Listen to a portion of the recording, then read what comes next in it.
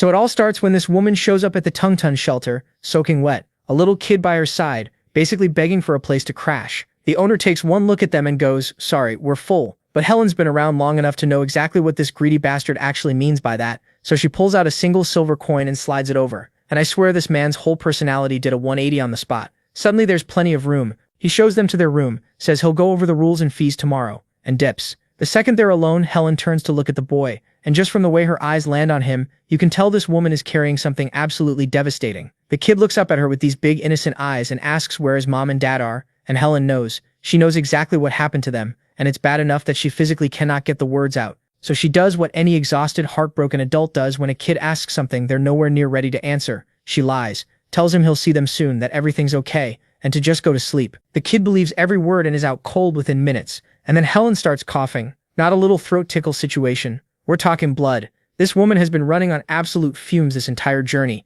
held together by sheer willpower, and now that the kid is safe and asleep, her body finally lets go. She looks at him one last time, whispers her goodbye, and that's it. Gone. Dead in that room before morning even showed up. Rowan wakes up in the middle of the night and immediately knows something is wrong. The sheets are soaked red and Helen is just still. The shelter owner shows up with his mistress after hearing the commotion, and instead of having literally any normal human reaction to a woman dying in their building, these two are mostly just annoyed about the inconvenience. But then the mistress gets this look on her face. She's staring hard at Rowan, specifically at his light-colored hair, and goes, doesn't he look just like Pauline? And right on cue, Pauline walks in, same hair, same features. These two could genuinely pass for mother and son without anyone questioning it for a second. So this conniving woman hatches a plan on the spot and tells Pauline, "Congratulations, he's your responsibility now." And folks, now there is something you should know about this shelter. On paper, it's this wholesome charitable organization with warm beds for people with nowhere to go, funded by donations and government money. Very noble, very heartwarming. In reality, it's a straight-up money-squeezing machine that preys on desperate people, especially kids,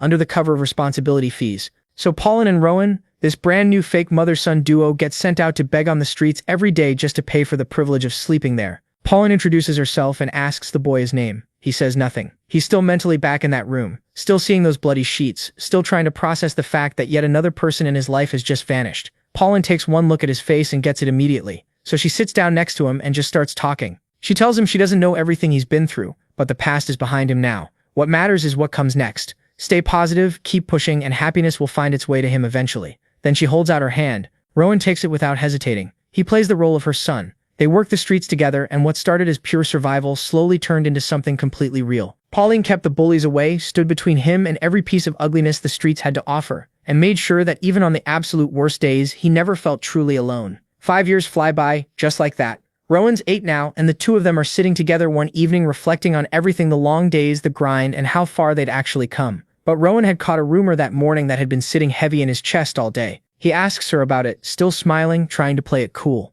She nods and tells him how a noble household offered her a real maid position, actual pay, an actual roof, and an actual future. Rowan tells her he's happy for her, that she's going to be amazing, and he means every single word. But even as he's saying it, his eyes are already snitching on him, and before he can do anything about it, the tears are just coming down. Because it was his parents first, then Helen, and now Pauline. Everyone he's ever loved has left, and even though this time it's for something genuinely good, his heart doesn't really know how to tell the difference between being left and just being left.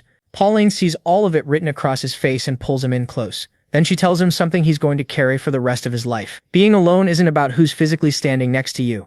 You're only truly alone if your heart feels empty. But as long as you hold on to the people you love, keep their memory alive, and feel how much they cared about you, they never actually leave. So whenever the loneliness starts creeping in, she says, just close your eyes, put your hand over your heart, and listen. She'll be right there. Cut to hours later, Pauline's gone, and now our boy is standing alone deep in the woods at night, turning her words over in his head. So he does exactly what she told him. Eyes closed, hand over his heart, just listening. And then something insane happens. Mana starts swirling around him out of nowhere. His eyes are still shut, but suddenly he can see not just the trees and the dark, but everything. Like the whole world just went transparent all at once. And somewhere inside that vision, he feels them. His parents. Helen, Pauline, every single person he ever loved, burning bright and close, like they'd been living inside him the whole time, just waiting for him to finally look. So years roll by after Pauline leaves, and Rowan hasn't heard a single word from her. He tells himself she's probably just swamped, adjusting to noble household life. New job, new rules, new everything. He prays she's doing okay and leaves it at that. What else is he supposed to do? In the meantime, he's back to what he knows, begging. Solo now, just like every other kid at Tungtun. But Rowan, he's good at this. Uncomfortably good. The director noticed pretty early that this kid pulls in more coin than literally anyone else in the operation, so he gets bumped up to Zone 1 prime real estate. The best foot traffic and the shelter's version of a corner office.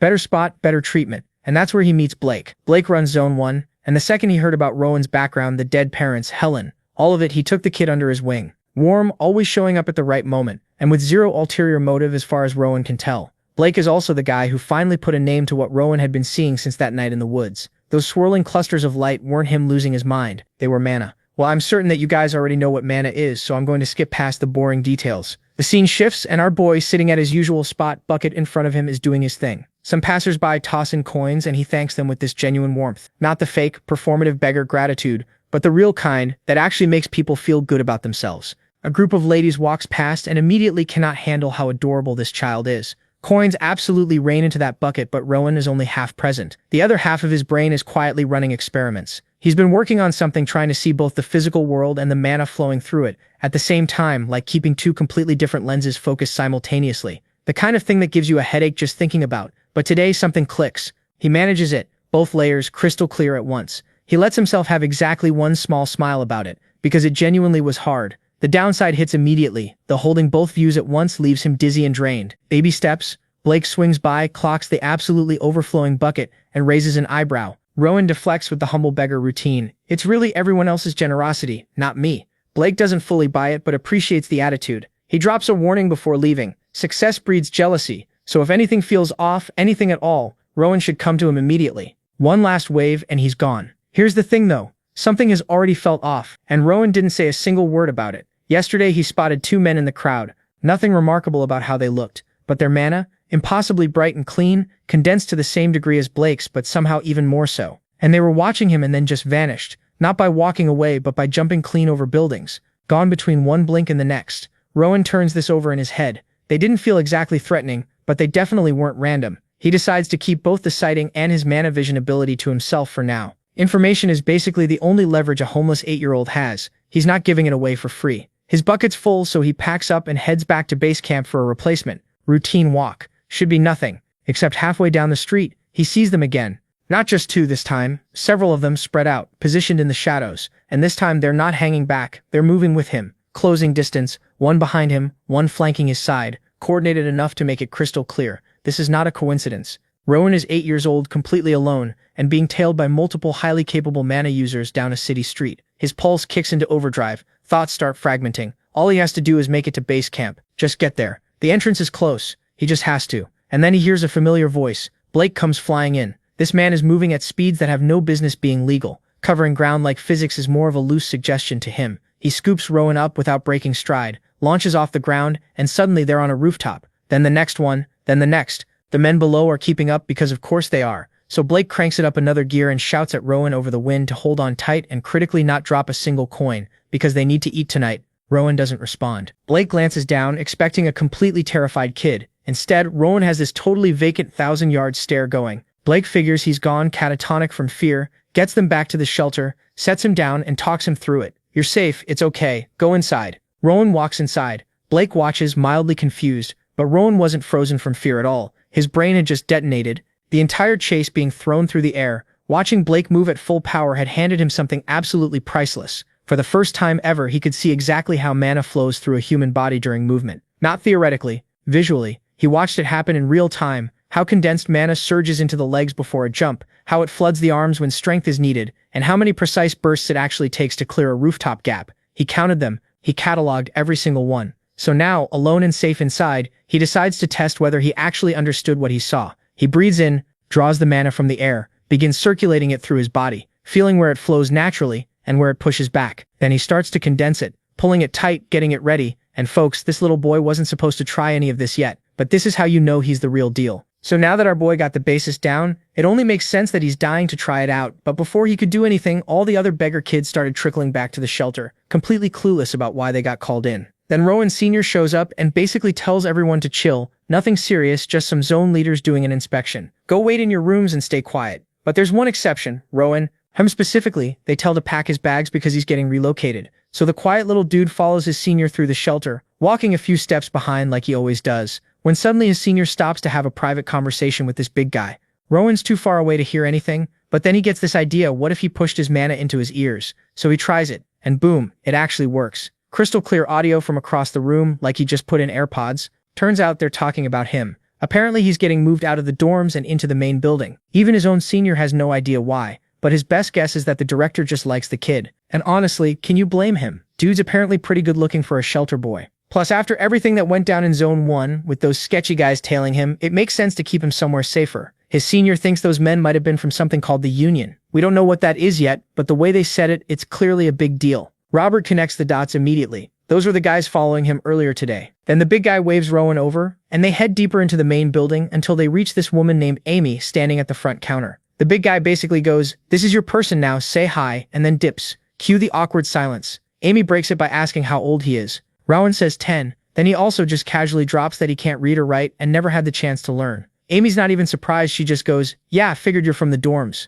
She tells him starting tomorrow she's teaching him everything so he can call her teacher, or big sister, if they're being casual. Then she looks at him properly for the first time and goes, "Damn, you're actually really handsome for a dorm kid. Man, this is unfair. This little kid is rizzing up baddies left and right." Rowan, completely unbothered, just asks, "Why do I even need to learn to read?" Amy's a little annoyed he doesn't already know why he's there, but she explains it. Reading events are basically these fancy gatherings, sometimes hosted by authors, sometimes by nobles, where a kid reads aloud to a crowd of important people. It's a big deal in upper-class circles, and this time Rowan's going to be performing at one of the shelter's big patron events. If he does well, he might even get picked for a private reading. And private readings, that's basically the fast track to getting adopted. Sponsors pick their favorites that way. For a kid who literally cannot read at all right now though. Yeah, no pressure. After this whole info dump, Rowan just stands there and bro has no reaction. Amy genuinely doesn't know what to make of him, but she gives him a little pat on the head anyway, and tells him to follow her. She shows him his new room and introduces him to the other kids, and when she leaves, Rowan starts unpacking into his very own personal closet,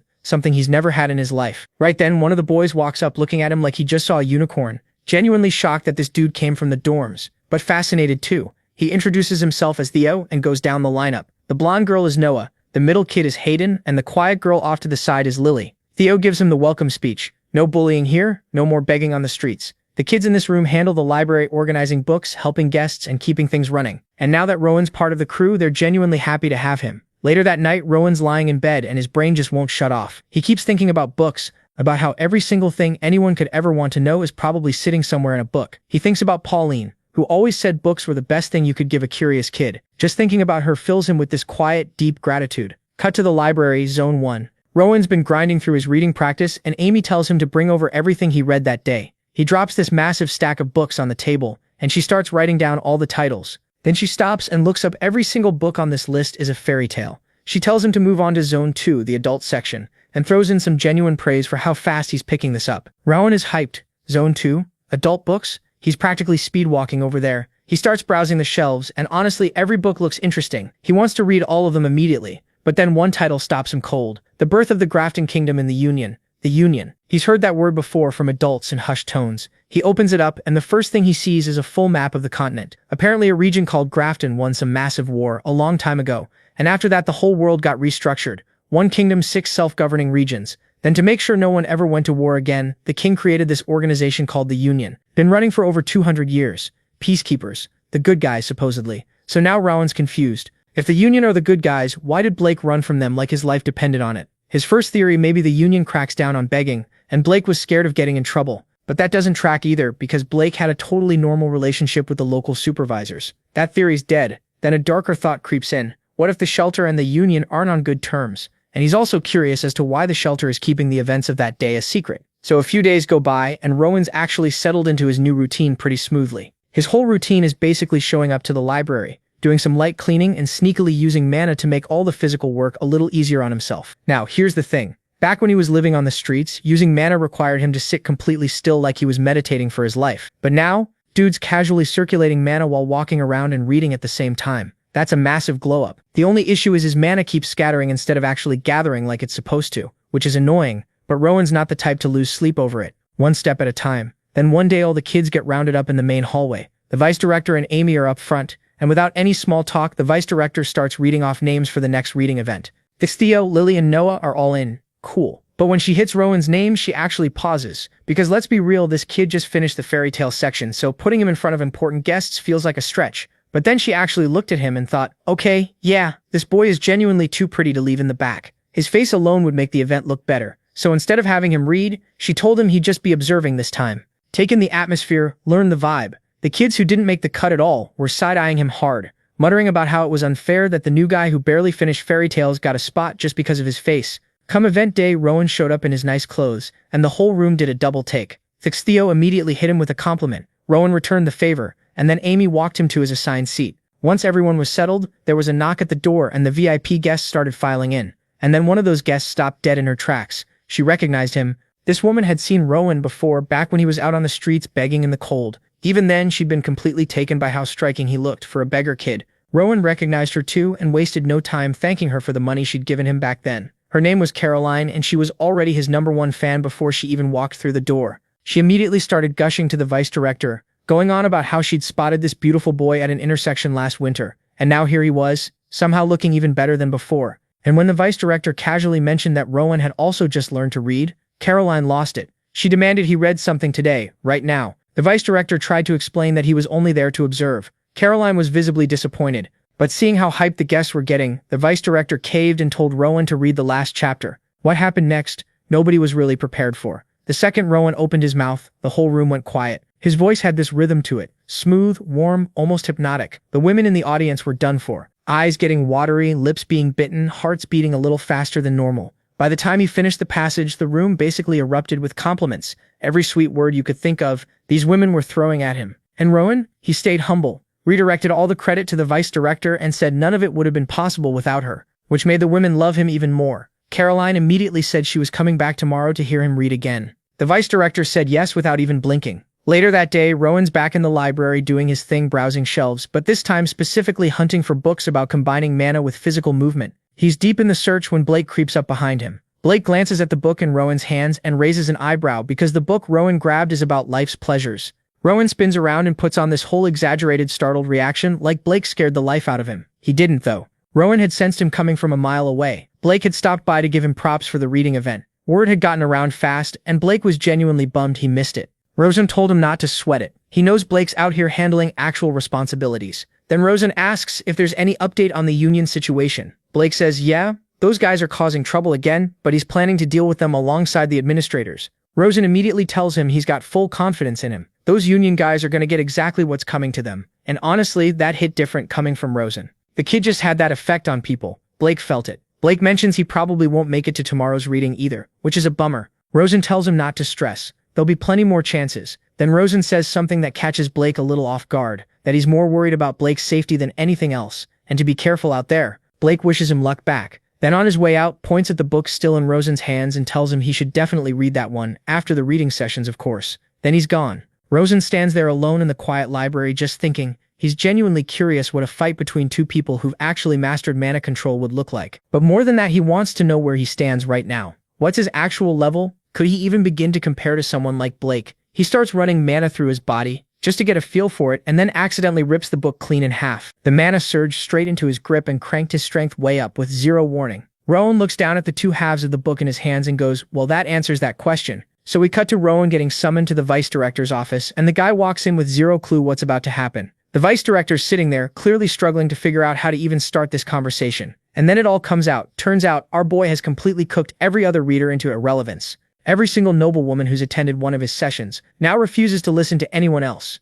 Like, these women have been hounding the vice director so hard she's literally growing stressed gray hairs in real time. So now she's in the incredibly awkward position of having to sit across from a kid and basically beg him to carry her entire business on his back. Rowan doesn't even flinch, doesn't negotiate, doesn't ask for anything, just looks at her and goes, sure, I'll do it. But then comes the twist. The vice director walks out and makes the big special reader announcement, and everyone's already mentally filling in Rowan's name. She calls Theo instead. The whole room does a hard freeze. Theo himself starts stuttering because he genuinely cannot process that he got picked. The vice director congratulates him and sends him off. And even Theo, sweet, humble Theo, pulls Rowan aside before he leaves and goes, bro, your reading is on a completely different level. You're going somewhere incredible. Which is genuinely wholesome, but also kind of just confirms that everybody in the building knows exactly what's happening here. Rowan watches him walk off and feels this little pang in his chest. Not jealousy, more like he's going to miss the guy. But that feeling gets about 30 seconds of airtime before Rowan's right back in the reading room, absolutely demolishing these noble women with his voice again. And speaking of shifts, the vice director pulls him aside again to break the news that he's now on double duty. Morning and afternoon sessions. She clearly feels bad about it. You can see it on her face, but the demand has gotten completely out of hand. Now any other person would start negotiating or at least complaining a little. Robert, he sees it as an opportunity. Genuinely feels grateful that people want to hear him that badly. The only thing he asks for is short breaks between sessions because the emotional output drains him every single time. The vice director, who physically cannot say no to this kid, agrees immediately, just tells him not to wander past the backyard. Robert takes the win and heads outside. The second he gets some peace and quiet, he's straight back to mana experiments. He's running through everything he read in that book, starting with focusing mana on specific spots, muscles, joints, and bones, and then slowly letting it spread through his whole body like a current. And here's the key thing he's unlocked. Mana doesn't respond to passive thought. It needs a direct command behind it. Actual willpower, not just a polite suggestion. When he gets the execution right, his whole body lights up. When it fades, he still keeps hitting this wall with his concentration. And he's not sure yet whether the problem is his technique or something deeper with his body. But he's not rushing it. He'd rather build the foundation right than burn himself out the way he's watched everyone else do. That thought pulls him back to the memory of Blake literally having to carry him to the shelter because his legs gave out completely. He figures the Union guys probably got sick of chasing him at some point, which is at least one less problem on his plate. But something else has been quietly nagging at him. He's noticed that even people who are actually skilled with mana can drain themselves completely if they push too hard, which gets his brain going. What if there's a way to tap into stored mana, or better yet, pull from the ambient mana already floating around in the environment and use it like it's your own?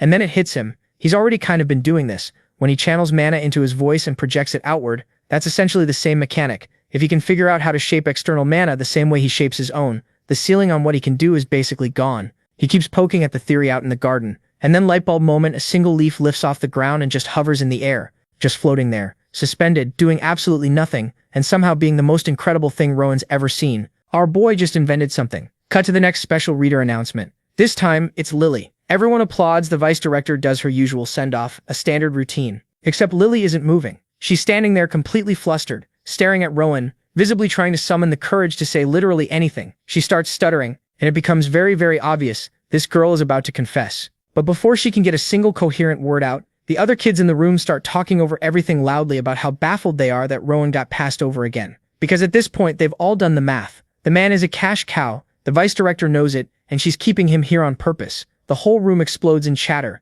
and Lily's entire moment just gets steamrolled into nothing. Rowan, noticing she said something, turns to her and asks her to repeat it. Lily, who has completely lost her window, just walks away crying. Meanwhile, Rowan has already mentally moved on, because his brain is doing what it always does and sprinting off somewhere else entirely. He's thinking about how every special reader ends up placed with a good family, which means leaving the shelter, new environments, new people, and new experiences. And more than anything, more exposure to the world, more chances to learn, more data on mana storage. The curiosity is genuinely eating at him now. The next day, at break time, he's back in the garden doing the leaf levitation again, and it's noticeably easier this time. Practice is working. Then completely out of nowhere, he picks up on a purple mana trail nearby and spots a man trying to slip onto the shelter grounds. Robert recognizes him. It's the big guy who first brought him to the main building way back when, and then the big guy just drops. His mana flickers out like a candle. Another man rushes over immediately, and the two of them start talking in urgent, hushed voices. Robert catches just enough to make out one word, Union. Before he can even begin to process what he just witnessed, someone quietly tells him to go back inside, act completely normal, and pretend he saw nothing. Robert walks back in, still half frozen, running through what just happened and coming up with absolutely no answers. Then things get stranger. The afternoon reading session gets canceled, and all the kids are told to go straight to their rooms. Everyone is confused, wondering what the hell is going on, before anyone could figure out anything. Amy came to find our boy and told him to pack his stuff because he's the special reader today. So we cut back to Rowan getting ready, and already something feels off. Amy's entire energy has done a complete 180. That warm, familiar vibe she usually has with him evaporated. She's cold, flat, and serious, and it's putting him on edge in a way he can't quite shake. He's also still turning over those two guys from earlier in his head, and the whole Union mention, and his gut is screaming that all of it is connected to why the afternoon session got canceled without so much as an explanation. He heads out and finds Amy already waiting, dressed up, ready to go, and with zero small talk. She glances at his outfit, and there's this tiny flicker across her face, like she almost said something, but then she just tells him to follow her and starts walking. Rowan asks if he's being taken to Caroline, which honestly would have been a best-case scenario. Amy doesn't answer, she just walks. Somehow that's worse than a no. They don't go anywhere, he recognizes. Instead, they head towards something called the Annex, a completely separate relief shelter, and the moment Rowan lays eyes on it, his whole body goes stiff. The place is dark, oppressive, and radiating pure bad vibes, and it's not just a feeling either. He can actually sense it. The mana inside that building is wrong. Everyone in there is carrying something heavy, something suspicious. The big guy escorts him in like time is a concern, and Rowan steals one last look at Amy's face before they step through the door, and he immediately senses that something is off. And yep, this place is sus as hell. Like no windows, darker than expected, and Rowan makes a quiet decision right then and there. He is not dropping his guard for a single second, and immediately uses his mana sense. Then he hears the vice director's voice somewhere deeper in the building. They walk him into this hall that looks less like a room and more like a ritual altar, and before he can even get a read on the situation, he's told to sit down and read. Rowan clocks the specific book they want him on, and then his eyes drift to the massive pit in the center of the room, this deep dark hole that descends way further down than it has any business doing. He stares at it, and then it hits him. That's not just a pit. That thing is absolutely loaded with mana, more than he's ever felt concentrated in one place. Dark mana. He starts reading anyway. Poetic, atmospheric, the kind of passage that perfectly matches the suffocating energy of the room. And as the words leave his mouth, he can feel it. The dark mana in the pit is responding, gathering, and pulling toward him. The emotion slams into him like a wave, uncontrollable, and his whole reading style shifts darker, without him even trying. But then the second thing hits him, and this one is a problem. The pit isn't feeding him. He's feeding the pit. His mana is getting drained with every single word, his body getting weaker sentence by sentence. He can't stop though, and he knows it. If he stops now, the shelter gets exposed and the Union moves in. So he endures it and immediately starts building a plan. Absorb the external mana around him and redirect the flow to protect himself. And it actually works. So now our boy's in full control. He even feels a little relief wash over him. Now he can keep reading without getting drained, and use his mana detection the second any Union members show up. So he buys time on purpose, dragging the reading out. The people who set this whole thing up are getting antsy though. The ritual should have wrapped by now. They decide someone needs to go check on what's taking so long. Rowan already knows they're coming, but then something completely unexpected happens. Instead of coming toward him, the shelter people burst into the room and go underground, straight into the pit. Rowan watches them disappear below and thinks, what the hell is actually being fed down there? The scene cuts to the housemaster getting slapped clean across the face. The vice director grabs him. The guy running the ritual is furious, convinced they tried to bail on the whole operation. Meanwhile, our boy drops down the pit, and his entire world cracks open right there. Real people were sacrificed for this ritual. He's still trying to process that horror, when he spots a familiar face among them. Pauline, and then the angry guy from before clocks Rowan standing there. At the same time, Blake comes storming in demanding answers. Why are the director and vice director dead? This bastard replies that he killed them because they tried to run. That's when they found a strange fruit on the tree. Rama was brought here to create one more fruit, but the process failed and nobody knows why. Blake looks frustrated, processing all of it, and then pulls his sword out of Pauline's body. Meanwhile, our boy was standing there completely still, like a statue, because now he remembers. He'd asked Blake once why he never carried a sword. Blake told him his weapon was being used somewhere else, and it is now that this bastard realized what went down and bro lost it like he went full-on mob psycho, 100% absolute rage. So now that our boy has lost it, he makes the first right decision so far and absolutely murders the guy standing next to him, and then he starts walking toward Blake, and this idiot finally realizes that he's miscalculated, because this 10-year-old is radiating this terrifying dark aura that makes absolutely no sense for someone his age. Blake didn't even get to finish his little villain monologue before Rowan blitzed him with a speed and force that had no business coming from a child. But then the fight just stops for a second, because Rowan's attention snaps to the tree, the dead, horrible, cursed tree, and he just starts crying like he absolutely loses it. Then he pushes his own mana into the tree and dives into the memories trapped inside it, and what he sees is brutal. Terrified children, helpless people, all of them are gone, and then buried in all that horror, he sees something unexpected, an older version of himself, like a fully grown Ronin staring back at him. Before he can process any of that, the memory sequence cuts off. Ronin's yanked back out, left with more questions than answers, but something shifted inside him. It feels like he reconnected with a woman he thought he'd lost forever. And riding along with that feeling is Pauline's voice. He remembered what she had told him about how he's only truly alone when his heart is empty. That as long as he holds on to the people he loved, they never really leave. That love isn't something you can see, it's something you feel. And even though the memories themselves might fade, the love stays. It lives in his heart permanently. And then, just like that, he's back. Blake has a sword pressed to his throat. This smug bastard tells Rowan he was kind enough to wait while the boy had his little emotional moment, and that he always knew Rowan was sharp. His subordinates messed up the original plan, sure, but now he's curious, so he gives the kid a choice. Come with him, or die quietly, right here, right now. Rowan, who's already planned in his head that this bastard is dying, asks where they'd be going. Blake explains there's another farm, another tree. Rowan would tend to it. Blake would manage him and officially welcome to the Lutel. Now, if you're wondering what the Lutel is, it's basically a cult run by some fanatic who thinks dark magic is the key to changing the world. Blake is just an errand boy for this guy, a loyal little servant. That's when Rowan asked the question in the coldest possible tone, his eyes completely empty,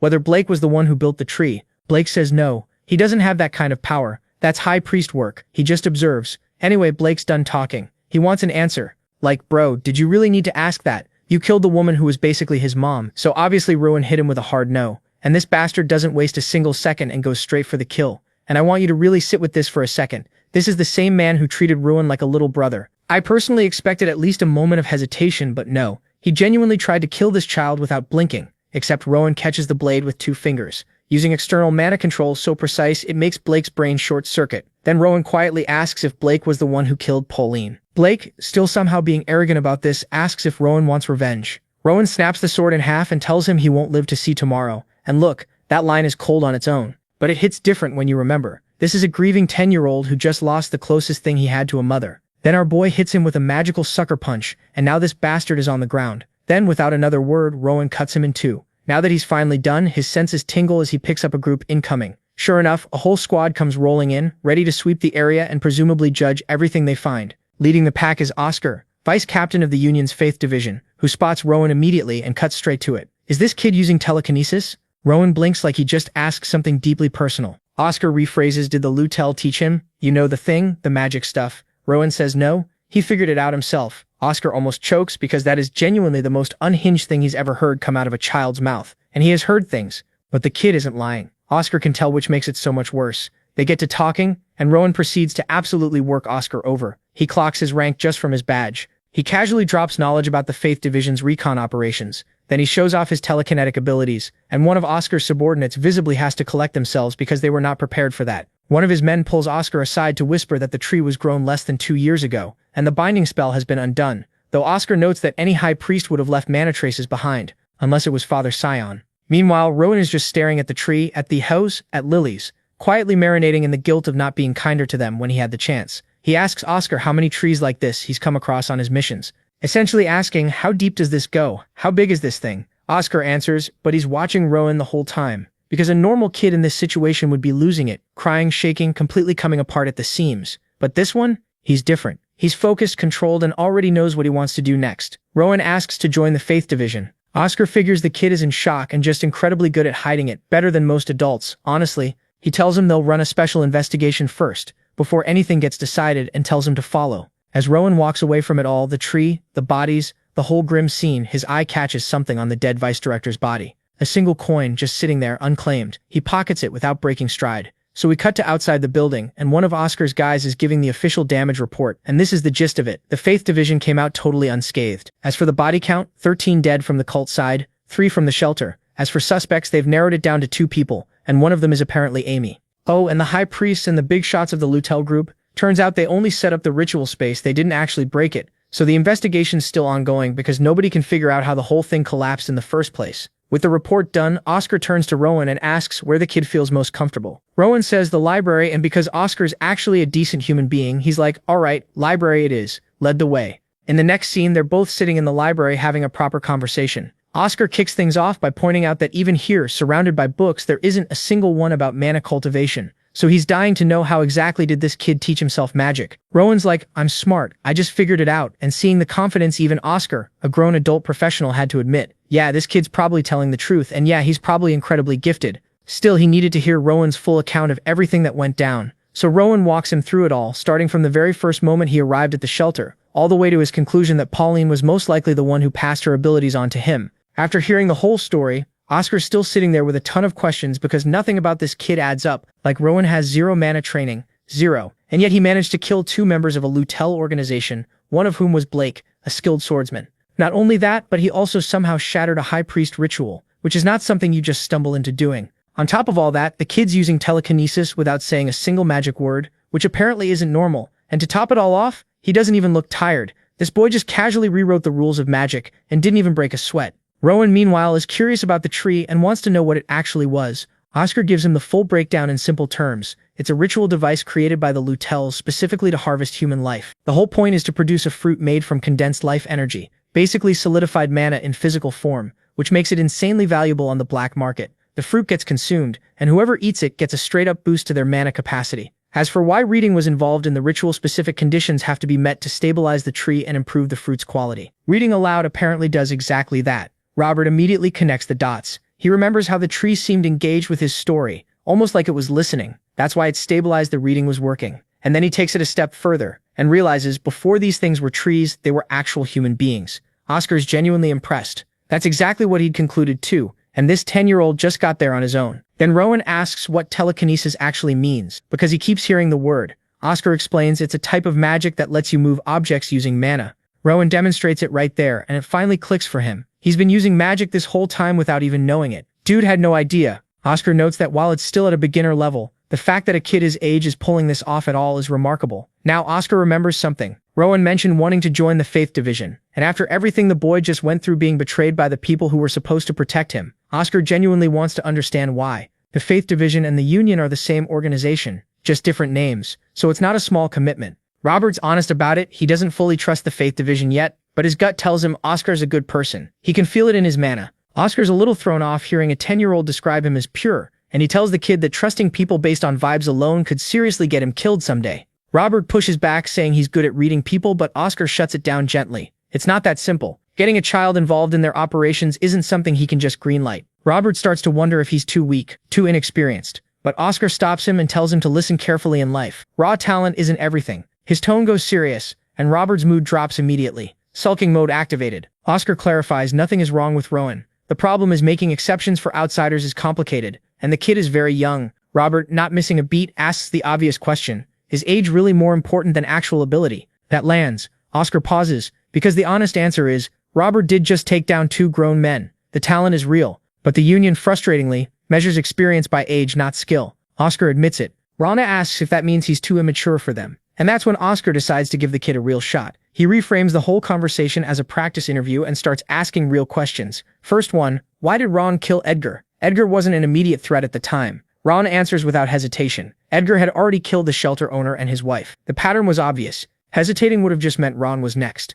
Oscar acknowledges that point but pushes further. The boy still killed 2 people. Emotions could have clouded his judgment. Ron agrees that yeah, his emotions were part of it, and he's not ashamed of that. But he also argues that emotions don't always screw with your thinking. Sometimes they make things clearer. In his judgment, the men in front of him had taken multiple innocent lives. There was nothing to redeem, no reason to spare them. And if he had the power to deliver justice in that moment, that's exactly what he did. Oscar asks the big one, did Ron have the right to kill them? Ron says it was the fairest outcome given everything. He had the power and he used it, but he's not hiding from it either. He knows he killed someone. He's not making excuses, just owning it. Oscar pushes one more time. Was it really necessary? And Rowan, without thinking for a second, said, yep, it was absolutely necessary. There are people whose entire job is carrying out executions. Then he looks Oscar dead in the eyes and says, that's what the Union does too. And for a second, Oscar just stares at him. Because the kid's right. He takes a moment to explain what the Union truly stands for. Yes, they carry out justice, but at their core, their goal is a world full of happiness and laughter.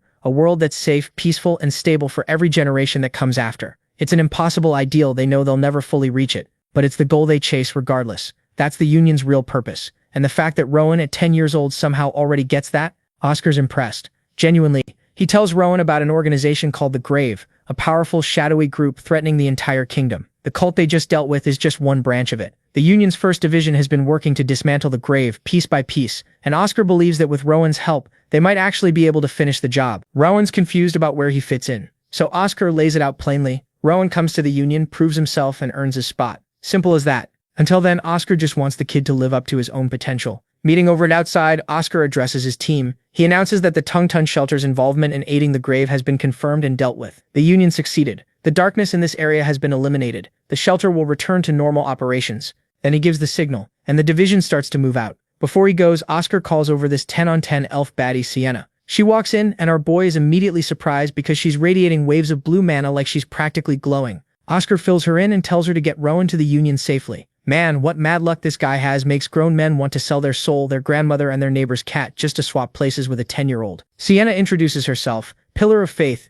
2-week journey. Pack anything important. All business. Tone sharp and practiced. Rowan has nothing to pack. She raises an eyebrow, gives him one last chance, then opens it up for questions like she's daring him to waste her time. Rowan immediately asks about her race. Dark elf? Then because he has absolutely no filter, he blurts out that he expected dark elves to have a much darker aura because hers is bright. Radiant even. Sienna looks at him the way you look at something you can't quite categorize. She tells him it's probably his bloodline affecting his perception, and leaves it firmly at that. Oscar says his goodbyes, and in true Rowden fashion, the kid turns to the rest of the team and sincerely tells them to stay safe. The whole team goes quiet like it's not the sort of things these guys are used to. The scene shifts and Rowden and Sienna are setting up camp in the middle of nowhere. Then Sienna pulls out this little handcrafted sheath she's been working on in the background and hands it over to our boy. Rowden gets so emotional he immediately goes into full respectful mode, addressing her like she's actual royalty or something. Sienna's like, yeah, no, cut that out. But calling her big sister felt weird too, so after thinking for a second, Rowden just settles on Sienna since they're going to be working together anyway. It's such an awkward, wholesome solution that Sienna has to literally turn around to hide how much it got to her. A dark elf assassin getting flustered by a kid? Then Rowan starts messing around with his telekinesis, making his broken blade spin in the air, and Sienna's just watching like, what the hell even is this power? Rowan mentions the vice captain called it telekinetic magic, and Sienna's like, yeah, sure, the closest thing we've got, but honestly that word doesn't really do it justice. Rowan's confused, so she breaks it down. His magic is legitimately one of a kind. Most mages need to chant spells, draw magic circles, and do the whole song and dance just to touch mana. This kid? He just does it. No instructions, no training wheels, nothing. She tells him that kind of raw mana control is something only the ancient elves had, the OG elves from before the race split into dark elves, high elves, and all that. Then she looks him dead in the eyes and tells him just from his eye color alone she knows his parents were absolutely not normal people. That one hits different. Rowan goes quiet, thinking about them. The next day they show up to the Union, and bro, this place is not what Rowan expected. It's basically an entire city. Sienna's giving him the grand tour, explaining there's a residential district and a commercial district, but the real flex isn't the buildings, it's the people. Every single race on the continent comes here. The strongest warriors and mages in the world have literally set up shop here specifically to protect regular people from psychos like the Grave. That's why they call it the Sword and Book of the Continent. It's got the muscle and the brains. Ramon's absorbing all of this like a sponge, eyes wide, mentally filing everything away. Then they get intercepted. This dude named Lazarus, director of the Union's management department, shows up and immediately locks onto Ramen, and immediately he pulls him aside for a private chat, and they end up in this room that is aggressively bright, almost suspiciously so. Ramen mentally flags that immediately because this kid notices everything. Now Ramen already knows this place is where all the heavy hitters gather, but what really tips him off about Lazarus is his aura. It's not flashy or intimidating, it's perfectly controlled. Not a single drop wasted, and somehow that's way more impressive than any big showy display. Ramen starts quietly calculating just how strong this guy actually is.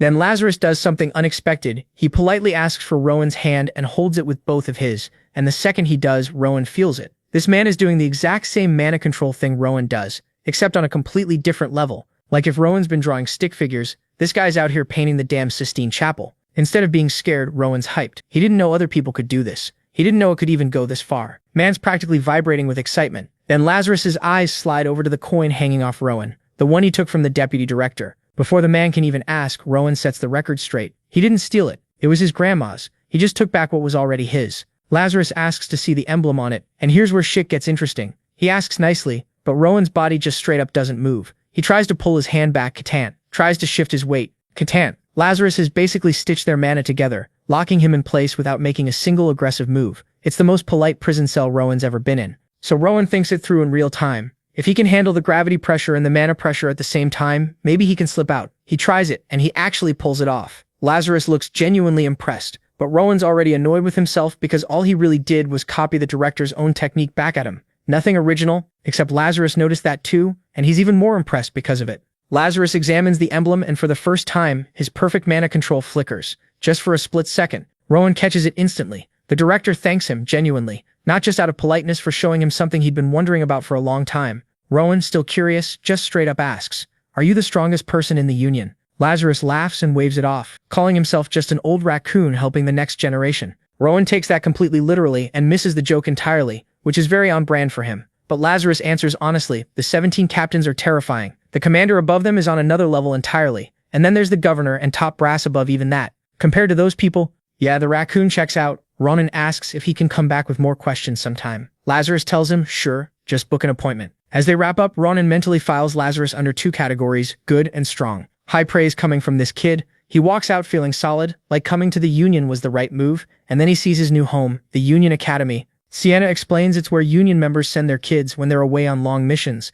which basically makes it a school full of kids who grew up in this life. It's not specialized. It covers swordsmanship, magic, martial arts, all of it. Building students up from the ground up. The idea is 5 years here could turn Ronan into something genuinely terrifying. The second she mentions school, something in Ronan just lights up. Cut to the next day, and our boy's looking fresh in his new uniform, dripped out and ready to learn. He asks the woman if she's a teacher, and she's like, oh shit, I forgot to introduce myself properly. It turns out she's Daphne, the head of academic affairs and a language teacher. Basically, she's kind of a big deal. She hands him the first-year class schedule with a list of elective subjects he can pick from. And bro, the options are stacked: mana manipulation, swordsmanship, astronomy, all kinds of cool shit. Our boy looks at this menu of knowledge, and his eyes light up, so what does he do? He checks every single box. When Daphne gets the paper back, her jaw hits the floor. She's like, kid, are you insane? This workload would break most students. If you fail even one of these classes, you're cooked. But our boy's sitting there like, what's the problem? Because he genuinely doesn't understand why anyone would find studying difficult. Daphne's looking at him like he's an alien,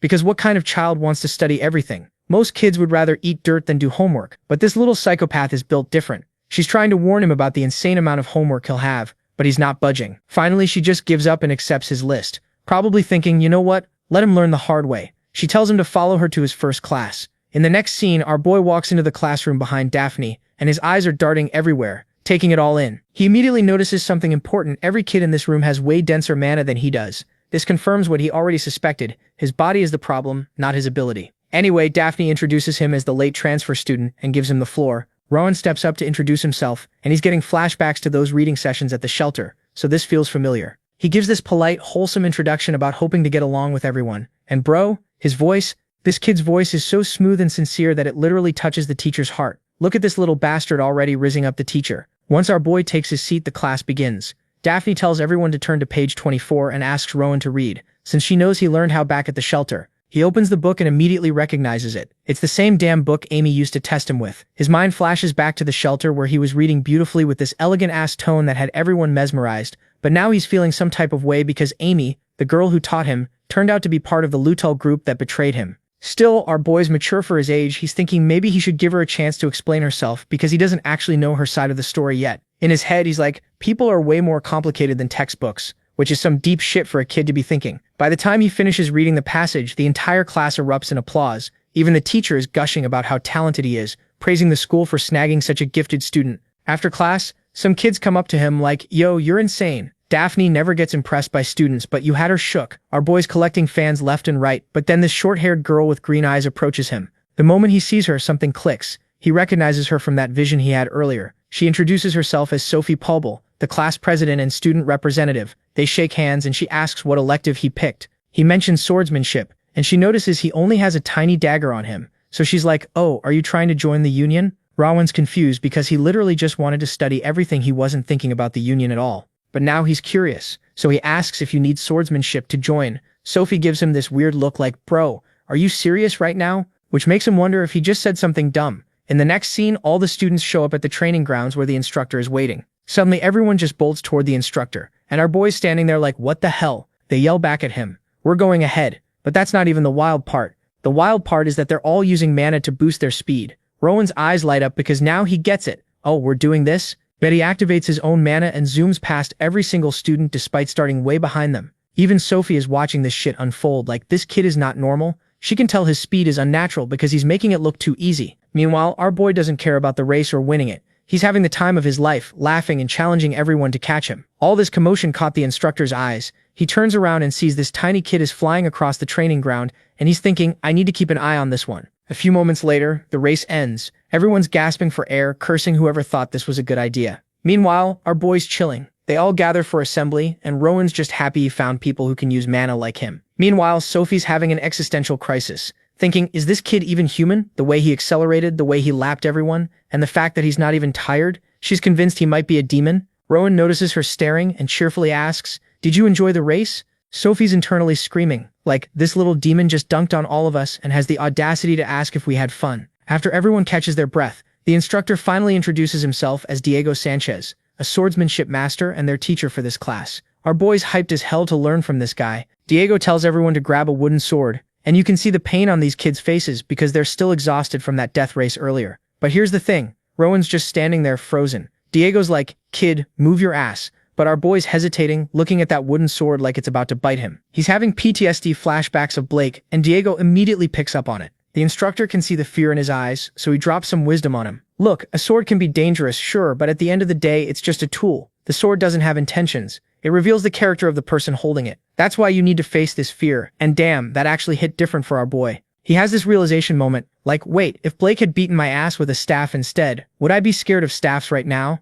He figures out that swords aren't the problem, the person wielding them is, so he walks up and grabs the blade, thinking to himself that he doesn't need to become some legendary swordmaster, but he also shouldn't be running away from this shit. Diego watches him pick up the sword and immediately notices two things. The kid has natural talent in how he holds it, but he's lacking in willpower. The instructor announces they're doing sparring matches in pairs, and any fighting method is cool as long as you beat your opponent. Then Diego drops the bomb, Rowan's paired up with Sophie. Both of them are like, wait, what? And the other kids are already placing bets, saying Sophie's going to destroy him because she comes from a prestigious sword family and has actual training. The teacher gives them the signal to get ready, and the match begins. Sophie takes this wide stance with her sword, looking all professional and shit, eyeing our boy down like a hawk. Rowan's standing there thinking, so this is what real swordsmanship looks like. He's actually impressed by how she controls her weapon. It feels completely different from the terrifying experience he had with Blake. He's adjusting his own blade, wondering what good swordsmanship even means, when he naturally falls into his own stance. The second he does this, both Diego's and Sophie's eyes go wide. This kid just pulled off a perfect neutral stance on his first try. Like it's nothing. It's the kind of thing that should be impossible for a beginner. But here we are. Sophie's shook, but she's not about to lose, because her family's pride is on the line. She charges in with her first attack, fully committed. Rowan dodges, Sophie swings again. He dodges, she aims for his chest. He's already moving out of the way. She tries a different angle. Nope. He saw that coming too. She's getting increasingly frustrated because this boy is reading her like an open book, dodging and blocking every single move she makes. It's like he can see the future or some shit. Eventually, Sophie's being pushed backward, completely on the defensive, and she's mentally breaking down because her cautious opponent has predicted her every move. Finally, she admits defeat and asks for a rematch. Our boy smiles and agrees. After everything's done, they end up talking for a while, and Sophie's genuinely impressed by his natural talent. Turns out they fought 4 times total, and they split it 2-2. Sophie's actually excited now, thinking she finally found someone worth sparring with regularly. The other students are hyped because the next class is magic, which means they can finally sit down and rest. But Rowan's confused, asking, isn't this supposed to be one of the most important classes for joining the union?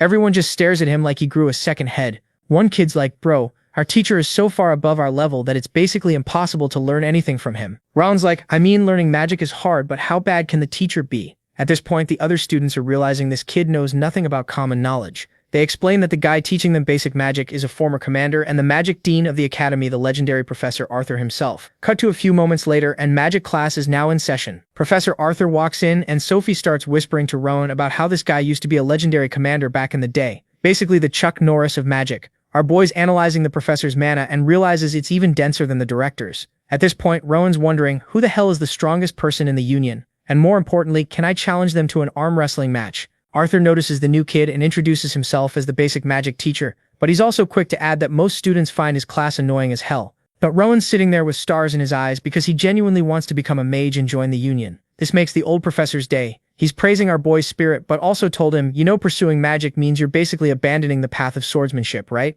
And that's when it clicks for Rowan. That's why his classmates gave him weird looks earlier. So he asks why that's the case, and Arthur tells Sophie to explain. She breaks it down. To master magic, you need to learn an insane amount of knowledge, and that shit takes a massive toll on your body and mind. Even if you're gifted, you won't be recognized as a real mage without at least 10 years of training. Arthur confirms this and adds that it's already hard enough to become a union member after graduation. But here's the kicker. Being a first-class mage isn't even good enough to become an active member. You need to reach at least second class. After hearing all this, our boy's a little disappointed, but then he goes, all right, bet I'll reach third class before I graduate. Everyone's jaws drop because this kid clearly has no idea what the fuck third-class magic even means yet. Arthur's trying not to laugh as he writes on the board explaining that swordsmanship is the union's main focus, while magic is for pursuing knowledge and wisdom. Then he draws this super complex formula for creating a basic fire arrow spell. But something's off about it, and our boy notices immediately because he's seen this exact formula before back at the ritual pit. Arthur's impressed, explaining that most students wouldn't catch the error because it looks so complicated. He mentions that while a fire arrow is considered basic, the more advanced spells are exponentially harder. Then he demonstrates the spell, creating this beautiful fire arrow in front of everyone. But Rowan notices something strange. The arrow looks unstable, like it's about to fizzle out any second. Kind of like my motivation on a Sunday evening. Arthur explains that magic formulas need to be perfect. Even one tiny mistake after using all that mana can destroy the entire spell. Then he carefully adds one final component to the formula, and boom, the arrow suddenly becomes way larger and more powerful. Everyone's mesmerized by the display, probably thinking, damn, that's hot, because it literally is, it's fire. Arthur drops more knowledge. Mages have to memorize these formulas and make sure they're flawless every time. Adjusting a spell requires insane patience and skill, like turning a fire arrow into a fireball uses more mana and puts extra strain on your mind and body. On top of that, magic has way more limitations compared to swordsmanship. Sophie chimes in, explaining that channeling mana directly into a weapon is usually easier and more efficient than casting complex spells. The instructor adds that using mana is extremely draining, so a mage's power depends entirely on their personal mana reserves. Rowan's connecting the dots now. He understands that a mage's abilities are limited by the size of their mana pool, and if that's true, then his naturally low mana is going to be a massive problem. Still, he's thinking maybe if he studies the principles hard enough, he can find some kind of workaround, even though it seems like a long shot. Professor Arthur tests him with a question, asking what's needed to cast a spell. Rowan correctly answers that you need a formula, but then he adds that these formulas would be impossible for mages to remember mid-battle. That's why they developed magic circles, which represent the formula's principles. Suddenly, Rowan has another epiphany. Those tattoos he saw on the shelter director's arm were actually a magic circle, and not a midlife crisis with some questionable ink choices. Arthur confirms that some mages engrave these circles on their bodies to cast spells faster. The magic circle is basically a symbol if the formula is the equation. The magic circle is its symbolic representation. Then Rowan hits them with another question. Is chanting just the verbal conversion of the formula? Arthur's startled because holy shit, this kid just figured that out on his first day. Meanwhile, some students have been here for 3 years and still can't figure out which end of the wand to point at things. Rowan explains his reasoning. The formula on the board is like a blueprint for creating a fireball. If the magic circle is a symbol, then chanting must be the linguistic conversion of the same spell. The professor's smiling with pride now, because this is a concept that many mages spend years studying. Arthur confirms that chanting is about saying the right words and infusing mana into each one to create an incantation. To demonstrate, he casts a powerful fireball using only his voice. He also mentions that speed, tone, and emotional state all affect the spell, making it similar to recitation. And our boy's absolutely fascinated. No recitation in his entire life has ever captivated him like this one. The professor's worried he might have scared Rowan off with all this complexity, so he asks if he still wants to pursue his ambitious goal. Our boy's response? Hell yeah, I'm even more interested now. Arthur's pleased and decides to start the class by teaching ancient languages. He hands out books for everyone to decode, and you can see the despair on these kids' faces. By the end of class, Sophie's completely drained from all the homework. She's regretting enrolling in so many classes this semester. Meanwhile, Rowan's sitting there completely fine, unfazed because this absolute madman filled his entire schedule with classes. No breaks, nothing. His curiosity is so intense it's actually annoying. Sophie at this point. She mentions that his roommate is someone named Lucas, which doesn't ring any bells for Rowan. She says goodbye and heads out. Back in his dorm room, our boy's already grinding. He's trying to understand the spell based on the formula, thinking that since he doesn't have the mana reserves to use powerful magic the normal way, maybe he can create a new kind of magic better suited to his abilities. And somehow, to his complete shock, he actually succeeds in creating a functional spell. This is insane. It's an incredible accomplishment. But there's a catch. The physical toll it took on his body was brutal. The spell worked, but it knocked him out cold. When Lucas returns to their room, he finds Rowan passed out on the floor, and he's just standing there like, what the hell happened here? The scene shifts, and while our boy's knocked out cold, he starts hearing a familiar voice calling to him. It's Sienna, and she's over here having a guilt trip, blaming herself and the other teachers for pushing him too hard. They all thought he was some genius prodigy who could handle anything they threw at him, but clearly they fucked up. Finally, our boy's eyes open, and the first thing he sees is Lucas hovering over him like a concerned mother hen. This dude is relieved, like genuinely happy Rowan didn't die or something. He introduces himself properly as Lucas von Parcel and confirms he's Rowan's new roommate, and he's just thankful he didn't walk in on a corpse, because finding your roommate passed out on the floor is not how you want to start the semester. Rowan's sitting there confused as hell, like, wait, I passed out? Apparently yeah, but it's not life-threatening or anything. What he can't wrap his head around is why Lucas is acting like he's his helicopter mom right now. Turns out, Lucas's dad, who just happens to be Oscar, the vice captain, specifically ordered his son to babysit Rowan's ass. And this man is really out here hoping Rowan will drop a good word about him to Daddy Dearest. Based on how chill Lucas seems, Rowan figures he's trustworthy enough. Also, can we talk about how Lucas is massive? Like, you'd swear this guy's a senior, but nope, same year as Rowan. He is 2 years older though, and before you think he's some late bloomer who started school late, let me stop you right there. My man has failed attendance requirements twice. This absolute legend is a professional at not showing up to class. He's also allergic to studying, but we'll get to that later. Lucas asks if Rowan knocked himself out practicing magic, which is a fair assumption since their room looks like a bomb went off. Rowan confirms he was trying to cast a fireball, but everything after that is blank. Lucas, who's more of a sword guy himself, admits he's kind of disappointed Rowan isn't leaning into his obvious sword talent, since he's basically following in his dad's footsteps anyway. Rowan's looking at Lucas and noticing some things even though the dude's 2 years older. His mana is way denser than other students, and his physical build, absolutely jacked. Our boy's genuinely impressed by the work Lucas has put in, and feeling a bit insecure that he's falling behind. Despite just waking up from passing out, Rowan's ready to drag himself to class like the stubborn idiot he is, but Lucas somehow talks him into skipping, getting some fresh air and grabbing food instead. Rowan agrees but can't help roasting him. This is exactly why you've failed twice. You'll skip class for literally any reason. Cut to them finding a spot to eat, and Lucas is insisting Rowan needs to stuff his face to recover. But then Rowan senses this faint mana trace nearby. He's like, we have to check that out, and Lucas is down, so they head to a magic shop. Inside, Rowan notices most items are infused with mana, while Lucas is over in the corner sneezing his lungs out from all the dust like he's allergic to the entire store. Then the horrible realization hits Rowan. He's broke, like completely, utterly, devastatingly broke. He's out here regretting not keeping some cash from the shelter. But Lucas, proving he's a real one, offers to cover him since it's technically part of his dad's assignment anyway. This man's really earning his homie card. Our boy decides to test the waters and jokingly asks Lucas to buy everything in the shop. Lucas pulls out this sad little handful of coins that couldn't buy jack shit, but it should at least cover one item. So Rowan starts browsing for something within his roommate's peasant budget. Then something catches his eye, an egg with this weird magic circle carved into it. It's giving off this sharp, murky mana signature that's honestly fascinating, and the best part, the price tag is dirt cheap. The shop owner walks over and explains he's looking at the Stone of Galatia, which most people just use as fancy home decor. Everyone assumes the egg will never hatch, so it's basically a useless paperweight that looks cool on a shelf. Rowan asks what's inside, but even the owner doesn't know. According to legend, the stone acts as a cage for some mystery creature. The owner bought it thinking he'd flip it for profit, but nobody gave a damn since it never hatched.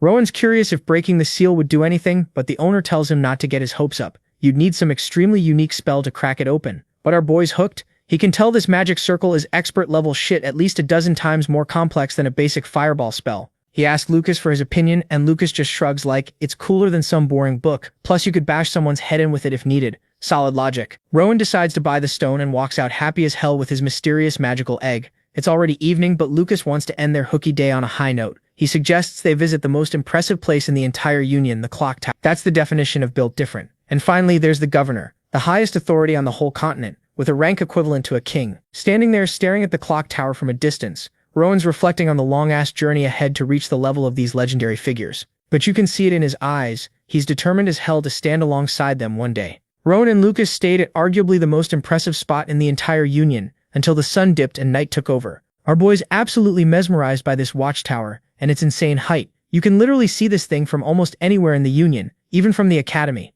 Curiosity gets the better of him, so he asks Lucas what the red hands on the clock mean, and how to read them. Lucas scratches his head and squints like he's trying real hard to remember. After forcing his two brain cells to work together, he finally recalls that the characters on the outer red band show the current year. Ronan takes a closer look and realizes the symbols are in ancient languages. Then Lucas just throws in the towel and admits he never learned how to read these clocks. My man's been living here his entire life, and never bothered figuring it out. Ron uses his big brain energy and works it out. It says year 262, which tracks since they're currently in Kingdom year 262. From there he decodes the other dials for month and day. It's 7:20 p.m. on June 14th, 262. Our boy needed maybe a minute to crack this, while Lucas, who literally grew up staring at this tower, never gave enough shits to learn. But here's where things get heavy. The reason Ron's so obsessed with this tower is because he's seen it before in that grim-ass vision from the tree. That illusion showed the clock tower as ground zero for total apocalyptic destruction. And if he's remembering correctly, the clock in his vision was pointing to June 14th, exactly 10 years from today. After chilling a bit longer, the roommates finally head back to their dorm. Once Lucas confirms Ron's not gonna pass out again, he grabs his wooden sword and dips.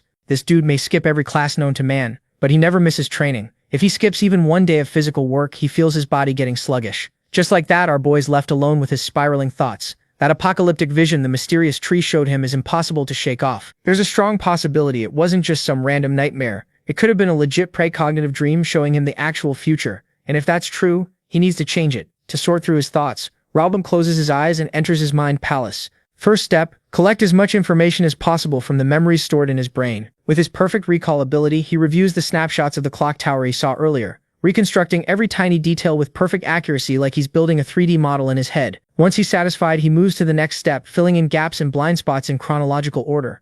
Robin identifies specific things that appeared in the past that would later cause deaths in the possible future he witnessed. Buildings, roofs, structures, everything's accounted for. He recalls seeing a corpse of someone who died from a collapsed roof. Our boy's meticulously overlapping what he knows of reality with his dark vision, carefully stitching together what happens in each scene like some detective from hell. After filtering everything down to the most critical details, he pulls up the memory of that truly dreadful illusion. He recreates the scene the tree shared with him and enhances areas where he can add more detail. For a moment, he hesitates. He doesn't want to replay that sorrowful nightmare again, but then he remembers more.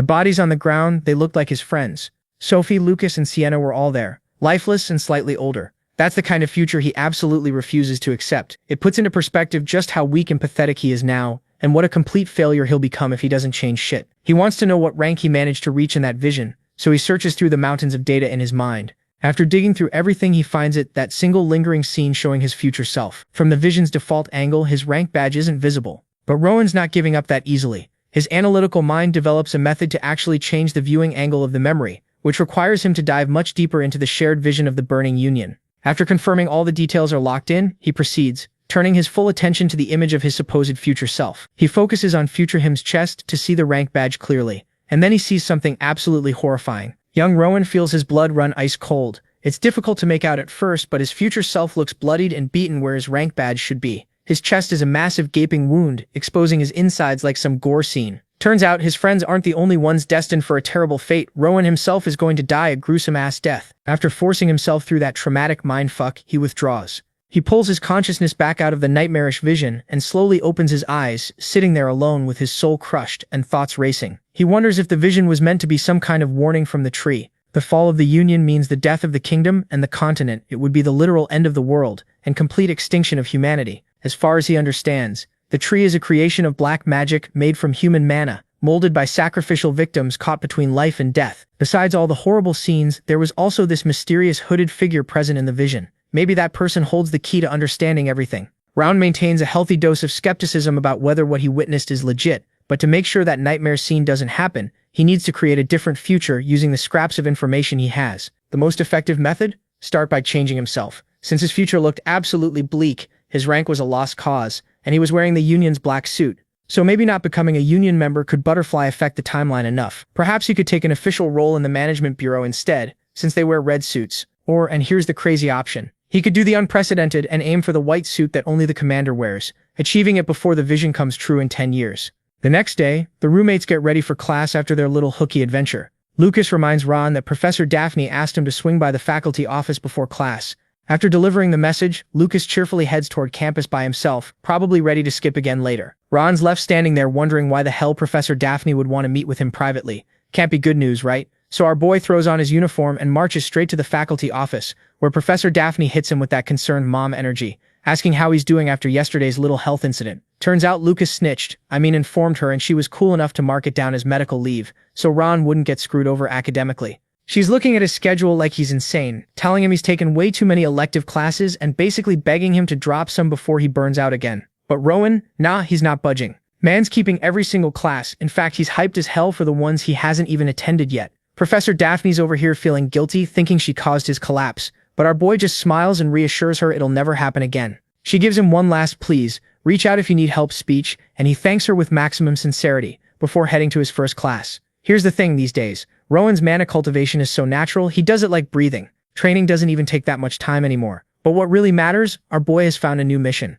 He wants to turn all his homies into absolute powerhouses. The second he walks into the classroom, everyone whips their heads around to stare at him with that "bro, are you okay?" concern plastered on their faces. They'd all heard about the incident and were genuinely worried. Rowan's touched by this, and it just makes him more determined to help them level up. His logic? If he can get all of them to reach god-tier power levels, maybe just maybe they'll all survive that apocalyptic future he knows is coming. So Rowan clears his throat and asks for everyone's attention, because he needs a favor from the entire class. First, he calls out Isidore, Marissa, Leon, and all the magic nerds who wouldn't touch a sword if their lives depended on it. Then he addresses Flora, Sebastian, Lucas, and the Sword Bros, who've literally never stepped foot in a magic lecture. All the students are low-key emotional that the Academy's new golden boy remembered every single one of their names, like, these are literal background characters, and he still knows who they are. Sophie, nosy as always, jumps in asking why he's bringing this up out of nowhere. Rowan explains he wants everyone to take both courses, magic and swordsmanship. He's worried he might be asking too much. But here's where it gets funny. The female students are already sold our boy's got that protagonist charm cranked to 100, so they'd do whatever he asked at this point, no cap. The male students, though, they're side-eyeing this proposal hard. Like, bro, we already picked our courses for a reason. Why would we add more work? Ron gets it, but instead of arguing, he decides actions speak louder than words. He turns to his roommate Lucas, literally the last person you'd ever expect in a magic class, and asks him to just try basic magic studies for one day. And somehow, with his pure sincerity and protagonist energy, Ron actually pulls it off. Nobody can say no to this man's face. Professor Arthur, the Dean of Magic Studies, walks into the lecture hall and damn near does a double take because there are no empty seats. He'd heard the rumors about Ron convincing everyone to show up, and honestly, man's feeling pumped, seeing a completely packed lecture hall for once, all thanks to our boy. Ron just wants to prove to everyone that magic isn't some mysterious, impossible thing. Hearing him talk about magic with such genuine hype, Professor Arthur gets curious and asks what Ron plans to demonstrate. Our boy asks permission to use the teaching platform real quick. The professor laughs and warmly invites him to the front, because why not? Lucas is sitting in the audience next to Sophie, not knowing if he should be embarrassed or proud that his roommate has absolutely zero fear. Meanwhile, while Rowan's getting ready to do his thing, there's a whole different scene unfolding outside the lecture hall. Some big shot from the Union showed up to a first-year class this early in the morning. Professor Daphne immediately clocks that it's probably about Rowan. Director Lazarus admits, yeah, the boy's one reason, but monitoring the school is technically part of his job anyway. On top of the two Union officers, Miss Sienna Runner also rolled up because it's her day off. Though day off is generous, Vice Captain Oscar still gave her a task to handle. But here's the really interesting part. Mr. Diego Sanchez left his precious swordsmanship training grounds to attend a magic class. Apparently he heard his top freshman swordsman enrolled in magic today, and wanted to see what all the hype was about. Next to him is the principal himself, who basically just tagged along to keep Director Lazarus company. Professor Daphne looks at this lineup of Academy and Union VIPs and tells them they cannot disrupt the class under any circumstances. They're here to observe quietly. The second she carefully cracks open the lecture hall door, she's immediately smacked in the face by intense heat. There's a straight-up crimson flame floating in the air, eating up all the oxygen in the room. But in complete contrast to this destructive-ass fire, the kid who made it looks calm as hell. Rowan's standing there looking like pure joy and wonder, personified. Professor Arthur's thrown up a magical barrier to protect the other students, while our boy's casually flexing with a perfect fireball. And it doesn't matter how talented a student is, the fireball spell isn't something someone Rowan's age should even be attempting. This spell is straight up outside the first-year curriculum. Hell, even the fire arrow, which is a whole tier below the fireball, isn't mastered by students until their 5th year, and even then only by the naturally gifted ones. So how the hell did this small boy crack the code on a spell he shouldn't be touching for another 5 years? All the students are so mesmerized by the flames that literally none of them notice the group of important-ass people who just walked in. The principal's staring at the fireball, thinking he's never seen a spell radiate such pure, refined energy. It's almost like watching holy magic. Diego is a sword master, but even he can tell this spell's density and stability are abnormal as hell. Director Lazarus is thinking this defies all common sense. Sure, technically a first year shouldn't be doing this, but the fireball is categorized as a simple spell overall in the grand scheme of things. That said, watching Rowan hold this fireball in midair is still insane. The weird part, the fire's maintaining a consistent size and temperature without even flickering. By all logic, this isn't a normal fireball. It's something completely different. Sienna had already witnessed Rowan's crazy natural mana sense before, but she's still wondering, how the hell could a boy who grew up in a corrupt-ass shelter be capable of such beautiful, advanced magic? She's completely entranced by the dancing flames in the middle of this packed lecture hall. Then she snaps out of it and reminds everyone about Rowan's collapse yesterday. She's worried he might not be fully recovered yet, so maybe he shouldn't be pushing himself with such a difficult demonstration. Perhaps someone should step in and tell him to chill. But none of the adults want to interrupt. They're all too captivated by what they're watching. But honestly, nobody needs to stress, because my man's got complete control. He's pumping a constant stream of mana into this thing, using his own custom technique. For him, keeping that mana flow smooth and steady is way more important than making the biggest boom possible. He doesn't want this flame turning into a nuclear disaster if the mana gets wonky. But this is Rowan we're talking about, so obviously that wasn't going to happen. And while he's casually maintaining what could literally be a death ball, he's actually way more interested in the crazy strong barrier Professor Arthur just threw up to protect everyone. Rowan can tell there's some overlap between how the barrier works and that creepy endless void from the ritual. They look kinda similar but do completely different things. His brain starts going down rabbit holes like, yo, what would happen if I just yeeted this fireball straight into the barrier? Intrusive thoughts hitting different. But instead of testing that theory and potentially turning everyone into crispy nuggets, he compliments Professor Arthur and casually asks what his defensive spell is called. The old professor straight up blanks because he's in complete shock. Like, maintaining a spell this long takes insane focus, yet this kid's out here having a full conversation while keeping perfect control of his magic. The absolute audacity of this child. Before anything more wild can go down, Arthur decides to end this whole thing. He manipulates his barrier to completely wrap around and suffocate the flames. Instead of being bummed his fun's over, Rowan's just in pure awe at how clean that was. With the dean's final move, the fireball completely vanishes, and everyone in the room gasps after holding their breath through that entire roller coaster. Looking at this young menace, Professor Arthur genuinely can't decide if he should yell at this kid or give him an award for breaking every magic safety rule ever written. Right then, Director Lazarus confidently walks onto the stage while clapping for our boy. He answers Rowan's earlier question, explaining that the barrier was Arthur's signature move, the Azure Flame Barrier. Hearing this, Rowan turns to his professor and tells him that's a badass name. Arthur's like, I didn't name it, which means someone else blessed his spell with such a fire title. Since they're talking about names anyway, the dean asks if Rowan's fiery display has a name too. Confused, Rowan's like, nah bro, I just showed you guys a basic fireball. Nothing crazy. But anyone with half a brain and decent magic knowledge would know that spell was not just a basic fireball. And Rowan, more than anyone, should know that. He looks away and admits he was playing dumb. He hasn't actually named his technique yet. Director Lazarus cuts in, saying as head of the bureau, he can't just ignore what happened here. He asks why Rowan did something so ridiculously dangerous. Without missing a beat, Rowan answers straight up. He was confident he could control the fire, and was sure Professor Arthur had his back no matter what. He had no other agenda except showing his classmates what's possible. He wanted to give them confidence in their own magic. Maybe some were curious, but too scared to try. The dean points out that casting a fireball before graduation is already incredible, so what do you call a freshman who did that? This was Rowan's way of proving nothing's impossible. He can only talk like this because he's completely clueless about what an absolute freak of nature genius he actually is. Still, Professor Arthur is feeling kind of awkward as an educator. He's wondering if he's been accidentally holding back the younger generation with his boomer teaching methods. This young kid just made him realize his old-school approach might not work for every student. Then Rowan turns to the dean and asks for a bit more stage time. There's still something else he wants to show everyone. This time, our boy calls his roommate Lucas up, catching Lucas completely off guard. Lucas is internally screaming like, why am I the guinea pig? But walks toward the stage anyway, because what else is he gonna do? Once Lucas gets there, Rowan excitedly explains he wants to help this swordsman cast his first spell. The way Rowan sees it, magic and swordsmanship are both just different flavors of mana manipulation. Lucas trains his body in mana every day, so he should be able to dabble in magic too, right? Here's the thing. This dude who's failed freshman year 3 times has never cracked open a magic book in his life. How's he supposed to cast a spell? Rowan suggests starting with an incantation. Since Lucas has zero magic training, an incantation should be easier than trying to draw a magic circle or figure out formulas. So Rowan slowly starts reciting this fiery incantation in the ancient language. Lucas tries copying him, but can't get his tongue around these weird-ass words. Rowan's doing his best to stay patient and teach Lucas with maximum hype, but they can't even get through one sentence. Our boy genuinely thought someone who failed first year 3 times would at least know some ancient language by now. But nope, still he's not giving up. Robert translates the incantation to explain what they're trying to make, starting to recite this poem-like thing with a funky rhythm. Lucas cringes hard at the thought of having to recite magic like some Renaissance fair reject. Robert keeps going with the translated version while watching his classmates. The longer he talks, the more confused and lost everyone looks. Suddenly, our boy gets hit with this wave of helplessness. He thought he could just hop on stage and share his knowledge, but nobody gets what he's trying to do.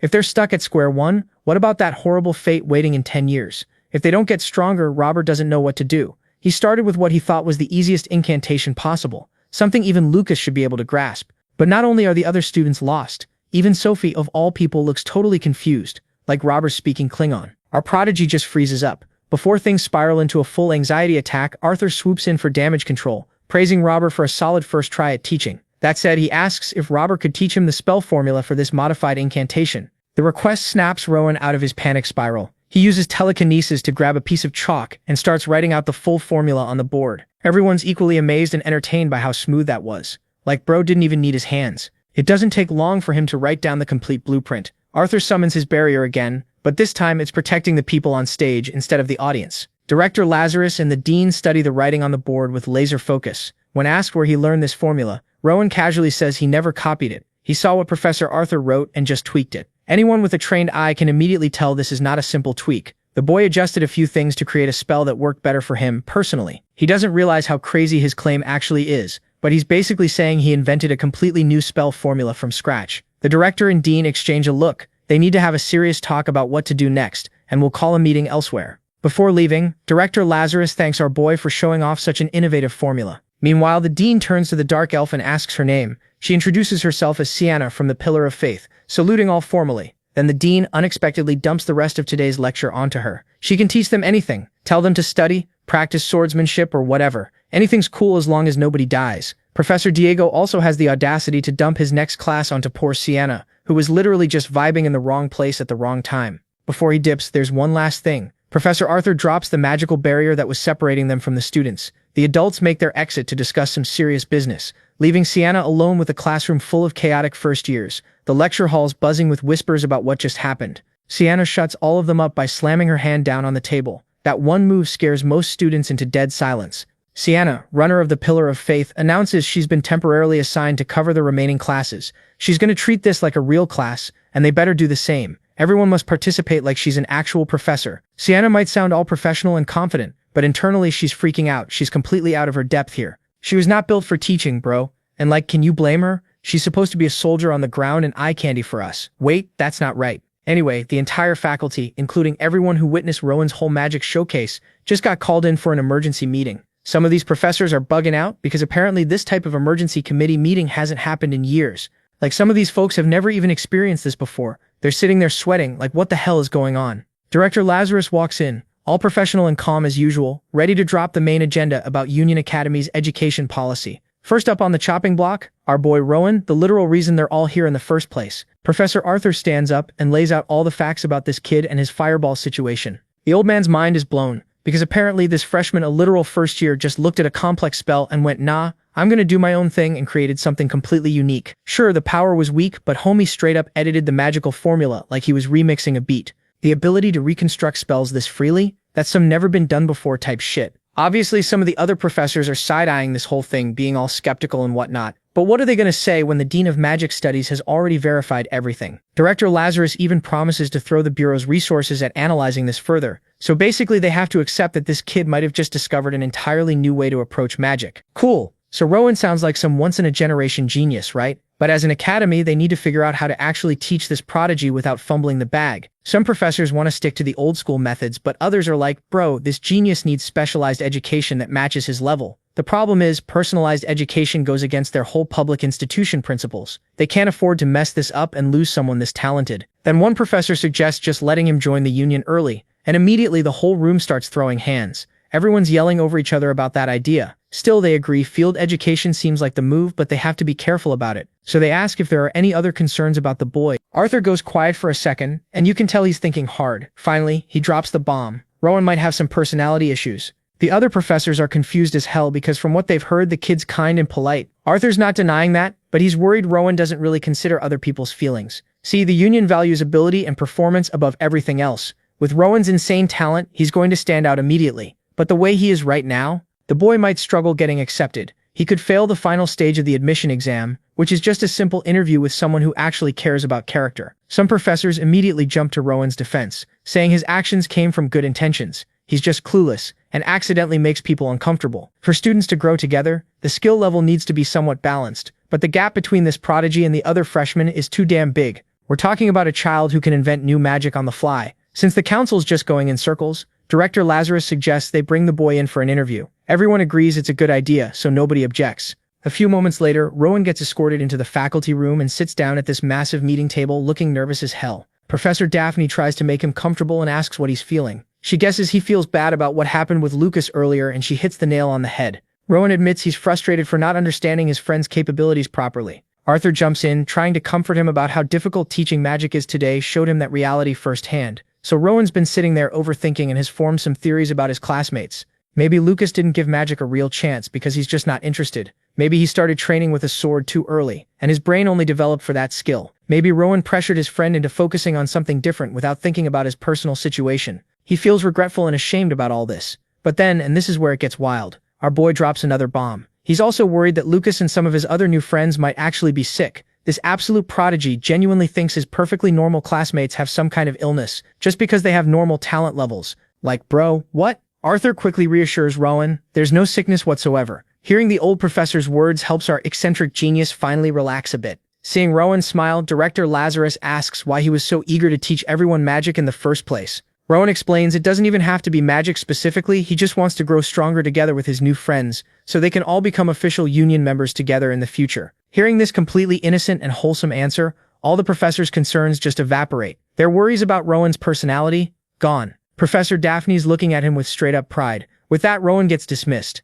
The meeting went well, and he can finally breathe. A few hours later, these professors literally wrote up an entirely new education policy for first years. They're going to match each student's pace. Academic abilities will align with the top students, while social development aligns with the average. The Union Academy is about to head in a completely new direction. Imagine being so gifted that you accidentally reform your entire school's education system. The whole faculty pulled an all-nighter figuring out the details. The very next day, they implement this curriculum overhaul immediately. No warning, no delay, just straight up changes everything overnight. Out on the training field, there's an announcement. Professor Diego Sanchez announces that swordsmanship and magic are now mandatory for all students. Lucas doesn't even hear the announcement because he's yawning loud enough to wake the dead. Ron's shocked by how fast they made this change. Furthermore, active union members will now join every class as assistant instructors.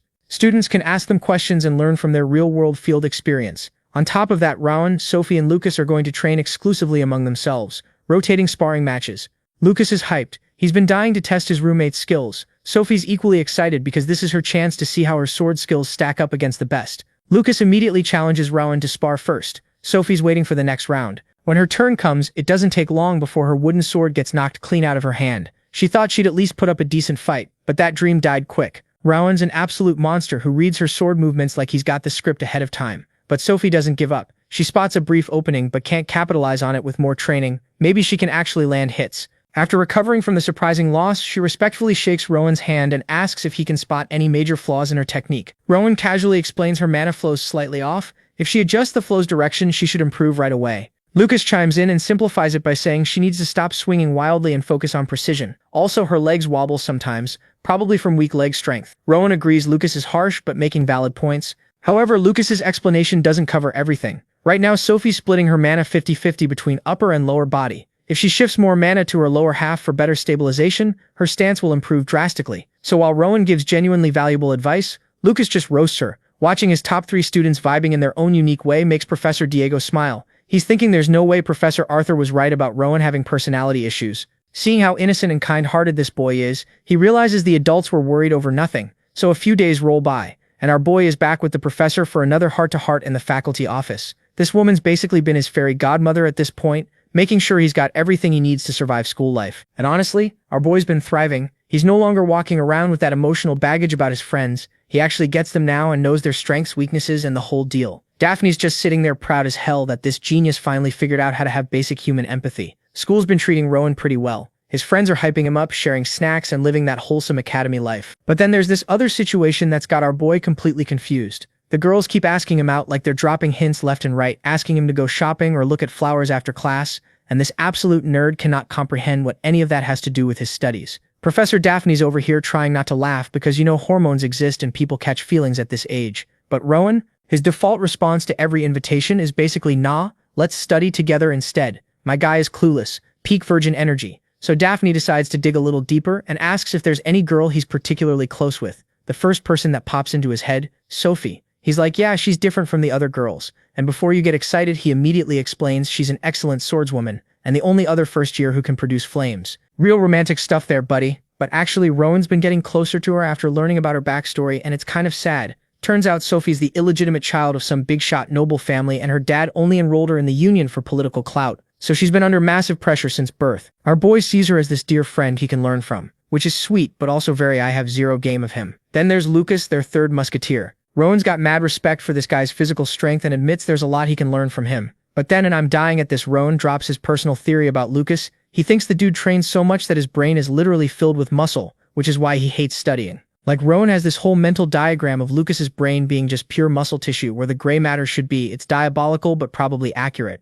As a good friend, Rowan's been tutoring this blockhead just to make sure he doesn't fail first year again. That's what good people do, apparently. Professor Daphne's sitting there a little creeped out by this analysis, but she's accepted that geniuses just think differently. After his therapy session with Daphne, Rowan heads over to Arthur's office to talk about his constitution problem. And look, it's hard to feel sorry for this kid. He's got peerless magical talent, but his physical stats are mid. But Rowan's insistent because he wants to wield much more powerful magic, and he's got his reasons. Arthur breaks down the options: magic tools that amplify mana or items that store powerful spells. Both sound great in theory, but they're not exactly sitting on Amazon Prime. If they were easy to get, everyone would be a mage. The magic tools you can buy are either single-use garbage or so poorly made they're useless for the kind of magic Rowan's trying to unlock. The other option? Elixirs. These bad boys can recover mana, heal illnesses, increase your mana pool, and basically give you a stat boost in every way. They come in all shapes and sizes, and they're all extremely rare. And even if Rowan somehow got his hands on one, there's no guarantee it would actually help him. But hey, he's still young, so it's too early to give up hope. Then Arthur does something wild. He takes off his necklace and hands it over to Rowan. Inside the locket is one of these rare elixirs, a white pill he got from the governor as a reward for some past achievement. He's basically like, maybe fate wanted me to give this to my most talented student. Naturally, Rowan's hesitant to accept it, but the dean assures him it's cool since he can't use it himself anyway. So Rowan takes the pill and just swallows it dry, no water, nothing. Immediately, he feels it dissolving inside him, and he's floating in this sea of energy as the elixir spreads through his body. He's getting close to some kind of breakthrough, feeling like he's about to unlock Super Saiyan or something, but then bam, reality hits him like a truck, and and he's back in the dean's office, sitting in his chair like nothing happened. Based on Rowan's extremely disappointed face, Arthur can tell the pill was a complete dud. Rowan confirms it. The thing did absolutely nothing. Arthur wasn't expecting it to be a miracle cure, but the total lack of improvement is still pretty depressing. But our boy Rowan, he already knew this was probably going to happen. Instead of wasting more time trying to fix his constitution, he's decided on a new plan. He's going to completely reinvent magic itself. He'll take apart magic formulas,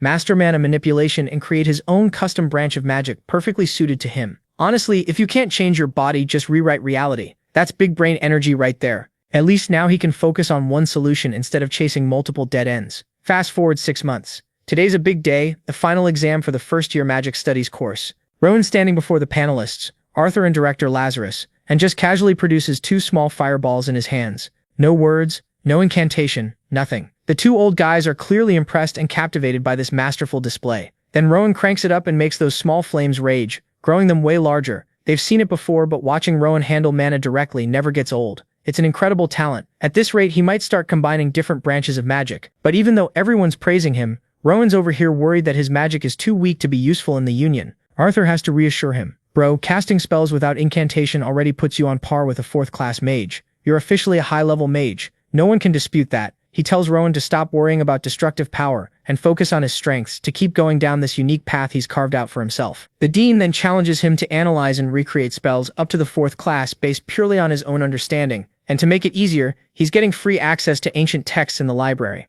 about his constitutional issues, though they decide to keep that information on the down low. Since it's just the 3 of them in the room, the dean and director decide to form a mages pact to keep it secret. They take each other's hands and start chanting this strange hymn together in perfect unison. Meanwhile, Rowan's just standing there watching these 2 old dudes do their weird old man ritual in the middle of his exam, completely clueless about what's happening. Another full year passes, and now Rowan and the squad have entered their 3rd year at Union Academy. Today, Professor Diego calls an urgent faculty meeting, and while this is technically his call to make, he felt it was important enough to share with everyone. He drops the bomb. From now on, the school will no longer teach Rowan any movement techniques, martial arts, or swordsmanship that involve using mana. Everyone's immediately concerned and curious why this sudden announcement is happening. Diego explains what they all know. Rowan has every intention of joining the Union, and now that he's a 3rd year, it's better for him to avoid high-risk combat courses. Basically, Diego's saying Rowan needs to focus entirely on magic. That's what he needs and wants to do. Arthur gets it. Rowan's the kind of talent you'd want to keep selfishly for yourself, but letting him go for his future is the best thing Diego can do, even if it's not easy. Sienna, who started teaching there a year and a half ago, asks about Rowan's current physical level. Diego's honest answer? The kid just needs to draw his sword to pass the first Union entrance test. He's that good. A rare natural talent. His overall destructive power is still a bit lacking, but that can improve with time. Since they're already talking power levels, Daphne turns to the dean and asks how strong Rowan has become as a mage. After a brief, thoughtful silence, Arthur drops the mic. There's nothing more I can possibly teach that child. Everyone is surprised to hear that Rowan's already achieved the level where he can casually throw around 1st and 2nd class magic, but the real kicker is that he is now reverse engineering 3rd class spells for fun. He treats complex magical formulas like toddler puzzles, and he's only a 3rd year student. To make it worse for everyone else, now that puberty hit him like a truck, the ladies are absolutely feral over this golden boy. Bro could steal anyone's girl without even lifting a finger, so the author had to nerf him by making him only care about books. Otherwise, this would have turned into a harem anime real quick. After another boring lecture wraps up, Professor Arthur pulls Rowan aside to tell him about this magic scholarship tournament that's happening. Naturally, their homegrown genius is the perfect representative. Rowan's like, wait, what tournament? Despite being here for 3 years. Turns out this event used to happen so mages could share ideas, but it died out as magic became irrelevant. But now it's back, and get this. It's all because of Rowan. The dean drops this bombshell casually, and our boy's genuinely shocked. Here's what went down. Rowan's reputation finally reached Schwarin, the autonomous kingdom and home to the Magic Tower, basically, the Harvard of wizardry. The Tower Master is a duke, and they're completely isolated from everyone. Professor Arthur actually trained there until he became a high-level 3rd class mage. Since he knows how those mages think, he explains they're driven by pure curiosity. Those magic fanatics heard rumors about a 4th class mage at Union Academy, and while everyone's throwing that title around, Rowan's still humble about it. This whole event is basically an academic conference to verify if he's legit. Schwarin wants to debate their golden boy and see if he's really about that life. Now, Rowan could just pass on this, but once he hears the grand prize, refusing becomes impossible. The Union's offering a valuable elixir. Even after that massive disappointment last year, when that white pill did jack shit, the possibility of getting an elixir is still tempting as hell. There's one concern. Schwarin might know about his constitution problem, but the dean assures him there's no way. This is about interpreting magic formulas, and the elixir goes to whoever shows the most mastery. Basically, Rowan could win an elixir just by arguing about magic theory. The dean promises he'll get it as long as he wins. With stakes that big, how could our boy say no? A few days later, the big day arrives. Schwarn rolls up with an entire battalion of cloaked mages looking all mysterious and intimidating. The Union side, just Rowan and his professors. Talk about an imbalance. Arthur welcomes the visitors politely when one mage, Bert, lowers his hood and calls the professor his senior. I'm sorry, but imagine being a powerful mage named Bert. Meanwhile, Rowan's sizing up the competition. Schwarn's lineup is older than him and they're all packing serious mana. They're supposedly students hoping to learn from a success story, except the Union made it clear they only had Rowan as a participant, yet Schwarn sent 3 students older than him. These petty mages never change. Still trying to flex when Arthur presents Rowan as their sole representative. Bert pretends to be shocked, like, oh my, just one student? Give me a break. While the adults exchange fake pleasantries, the competitors watch each other silently. Rowan feels one Schwarn student's intense gaze, so he just gives the guy a friendly smile. The dude gets flustered, probably because Rowan's too pretty, and quickly looks away. After a sportsmanlike handshake, the conference is set to begin in the competition hall that afternoon. Hours later, spectators fill the hall. Some junior students worry their senior Rowan will face 3 people by himself and might get hurt. Then the girls start screaming their support so loud they almost shatter Lucas's eardrums. He's like, can y'all chill? And points out this is just a debate, not a death match. But the girls argue debates can be just as dangerous. What if senior Rowan gets hurt by harsh words? I'm dying at this logic. Lucas is shocked these junior girls even know who he is. But honestly, he's always glued to Rowan's side. Beside him sits Sophie. They both came to watch their friend dominate, using only words. Professor Daphne walks up to announce the official start. She declares the beginning of the scholarly exchange, and those junior girls raise a cloth banner with Rowan's name on it. It's hilariously inappropriate for a scholarly debate, like they're at a sports game instead of an academic conference. Finally, our star Rowan walks in, along with the 3 Schwerin boys. Professor Daphne explains the procedure. Each representative takes turns presenting a topic, writing spell formulas, and then moving to Q&A. The first debater is Ali Marco from Schwerin, going up against Rowan in round 1. Since Rowan got priority to pick the first topic, he chose carefully. He picked a subject that was very near and dear to his own heart, a topic he's probably obsessed over for countless hours. He chose telekinesis for the first round. The topic that our boy suggested surprised these guys because in these academic showdowns, the opening move is usually flexing your hardest spells, showing off your faction's biggest achievements to set the tone. But what our boy suggested is literally the basic class 1 spell that beginners learn on day 1. Some of these Schwarn mages immediately think it's a joke, like, did we really travel all this way just to talk about baby's first spell? They're looking around confused, wondering if the rumors about this kid were completely exaggerated. Meanwhile, Arthur and director Lazarus are just sitting there in silence, like they know something these fools don't. Then this dude Ali Marco steps up, all high and mighty, saying Rowan's topic is beneath them and not worthy of this honored forum. And Rowan hits him with the, oh, so you're mocking Schwarn? He explains that even something as basic as telekinesis has deep complexities worth discussing. Seriously. But Ali's not having it, saying diving deep into such a simple spell would be a waste of everyone's time. Rowan drops the philosopher bomb, but aren't mages supposed to devote time to exploring truth, no matter how small? And honestly, he cooked him with that one. Ali Marco, running out of patience and excuses, finally agrees to debate telekinesis. Being the polite genius he is, Rowan asks Ali what topic he had prepared, since he doesn't want to be rude about the format. And this is where Ali severely underestimates our boy. He smugly proposes debating the fireball spell instead, condescendingly explaining that it might be difficult for someone Rowan's age, but he's cool with an easy opponent. Arthur immediately clocks what's happening. Sharwin must have heard about Rowan's fireball abilities and is trying to trap him. But plot twist, Rowan throws a curveball at everyone. He's like, you know what? Let's do both. Telekinesis and fireball together. As a package deal, because why just talk about spells when you can combine them on the spot and blow everyone's minds? Then our boy casually picks up a piece of chalk with his mind, no chant, no hand gestures, nothing,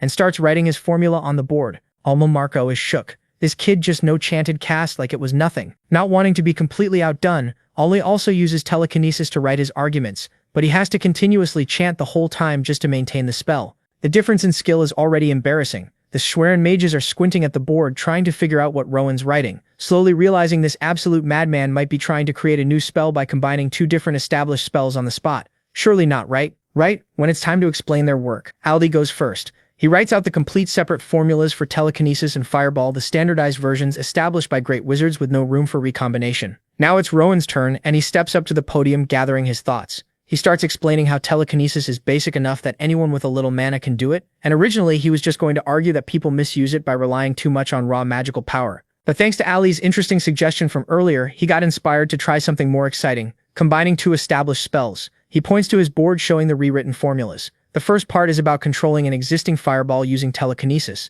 Cool but not world-shattering. But the second version, that needs a demonstration. The chalk he's been manipulating starts spinning faster and faster until it generates a spark of flame. In just a few minutes, this boy had formulated a method to transform an object controlled by telekinesis into a literal fireball. He deconstructed the very essence of magic itself. Just for fun, the Schwerin mages are having a collective meltdown. This single demonstration is challenging everything they've ever been taught about magic. For anyone unfamiliar with Rowan's abilities, the complete shock must be disorienting. Thankfully, the Union Academy faculty have gotten used to their resident genius breaking reality on a regular Tuesday. While still spinning the flaming chalk, Rowan continues lecturing about high-level concepts related to these supposedly basic spells. None of the Schwerin seniors can keep up, and Ali Marco, man, is going through an existential crisis in real time, realizing he foolishly challenged a deity. After finishing his master class and making people feel intellectually inadequate, Rowan genuinely asks Ali if he has anything to add or if he could correct him if he missed something. And here's what's worse. Rowan is being completely sincere. He actually wants to learn more, but Ali can't replicate the feat, can't understand a single thing, and is about to be humiliated by magic incarnate, disguised as a child.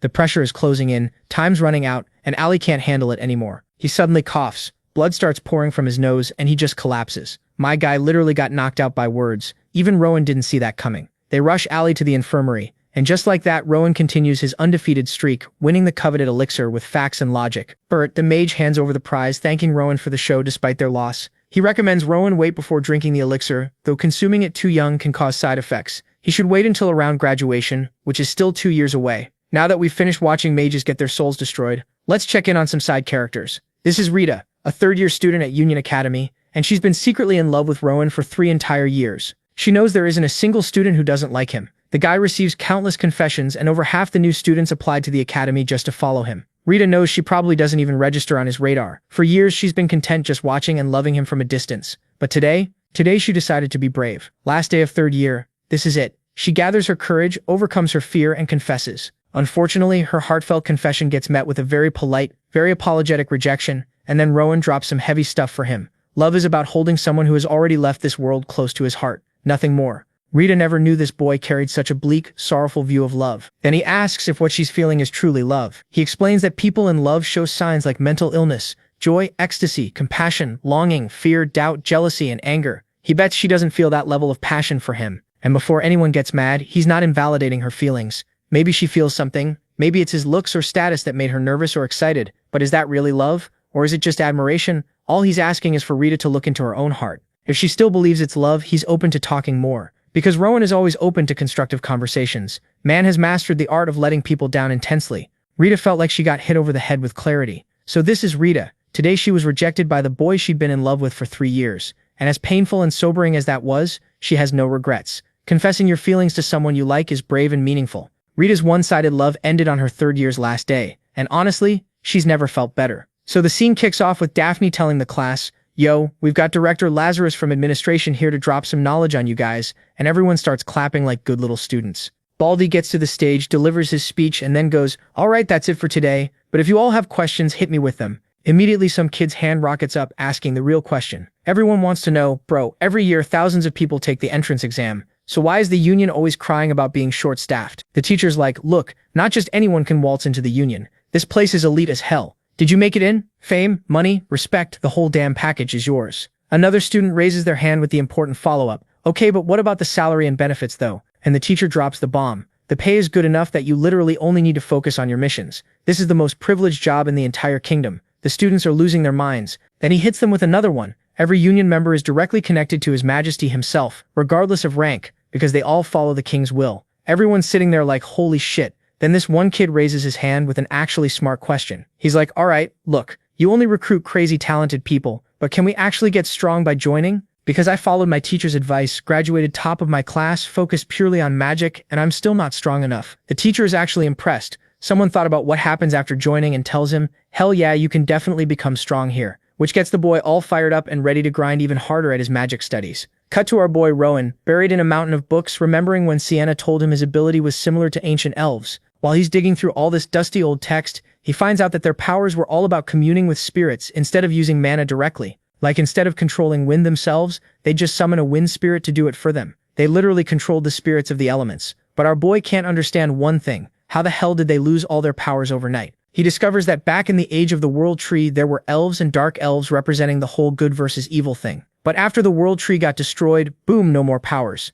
Even more bizarre, the world kept getting separated and merged across different timelines until humans took over and elves became basically endangered. Rowan's sitting there looking depressed because there aren't any clues about his specific powers in this whole story. He's now certain that the flow he's been seeing is mana, not spirits. So our boy went to Arthur with his questions, and the old man is confused. He's like, "Dark magic? What are you talking about?" Rowan says how he went through many books but barely anything was written about it. The old man explains that ever since the Grave group started messing with dark magic, they became public enemy #1 for the Union. Rowan's looking worried, and tells him he only saw Rita's magic technique. It looks like some ancient language, but he's not sure if it does the same thing. The old man points out the real difference is in the mana itself. Rowan's like, "Oh damn, yeah, that makes sense." Arthur explains that while Rowan can't see his own mana yet, those bastards from using dark mana are using dark mana. That's when it clicks for Rowan. The mana he saw earlier was dark mana. He asks what dark mana even is, and the old man drops this heavy-ass explanation. If regular mana makes up everything in the world, dark mana corrupts it and makes the world evil. He explains that the demon world is literally made of dark mana. Demons use it like battery power, and these Grave group bastards are basically using the same demonic energy. He tells Rowan that sometimes he's noticed cloudy mana hanging around him. The teacher explains that dark emotions can turn your mana dark. Rowan's like, "So what's the end game for these dark magic groups anyway?"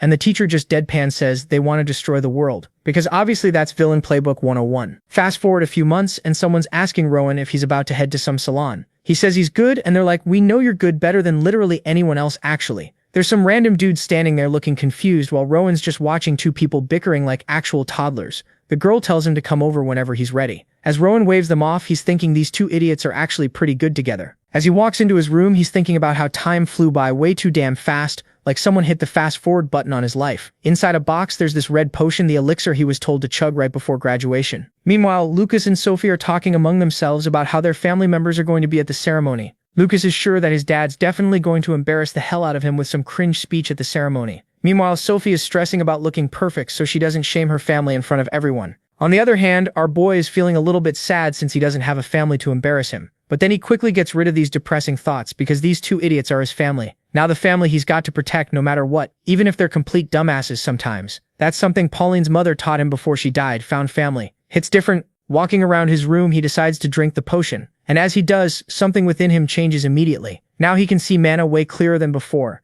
Man just unlocked the HD vision upgrade. Then he notices the egg. Years have passed and this thing is still the same cryptic bullshit, just sitting there mocking him. He grabs the stone and channels pure mana into it, and thanks to the potion he can see way more details in the mana flow than ever before. At this point he thinks he can actually crack the seal himself, finally going to figure out what this mystery egg is about after years of blue balling. He whips up a magic circle and focuses on the egg. His eyes go wide, the egg starts floating in mid-air all dramatic-like, releasing this insane amount of magic. He's completely stunned, staring at whatever the hell is hatching inside, probably thinking, "Please don't be a chicken. Please don't be a chicken." And what do you know? It was not a chicken from the egg that popped out, nor was it some majestic phoenix. Nah, it's this black bird with yellow hair. Our boy's squinting at this thing like, "Bro, is this an owl?" And immediately this bird takes personal offense, puffing up all angry like, "How dare you?" He's sitting there thinking maybe it's some rare mystical species or whatever, but then this emo bird just snuggles right up to him and he's like, "Alright, you're actually adorable, you can stay." Oh, and fun fact, the second this owl hatched, it just yoinked all the mana in the entire area. So what does our genius protagonist name this potentially world-ending creature? Owl. That's it. Just owl. Shakespeare is rolling in his grave. Meanwhile, over with Oscar. This man cannot believe his absolute disaster of a son is actually graduating. Like he's genuinely shocked. But then his thoughts drift to our boy Rowan, and he's getting all sentimental, thinking about how his idiot son only even made it to the academy because of Rowan. Now that graduation's here, Rowan's going to need a guardian, and Oscar's genuinely worried about what happens next. But then he notices something weird going down. All the teachers are huddled up arguing, and there's this lady going off about how she's been like family to Rowan for the past 5 years, and they have this strong bond. Meanwhile, some other professor is butting in, bragging about how Rowan's going to revolutionize magic, and they'll be doing groundbreaking research together after graduation. Oscar's just standing there watching this unfold like, hold up, are these grown adults seriously fighting over custody of this kid?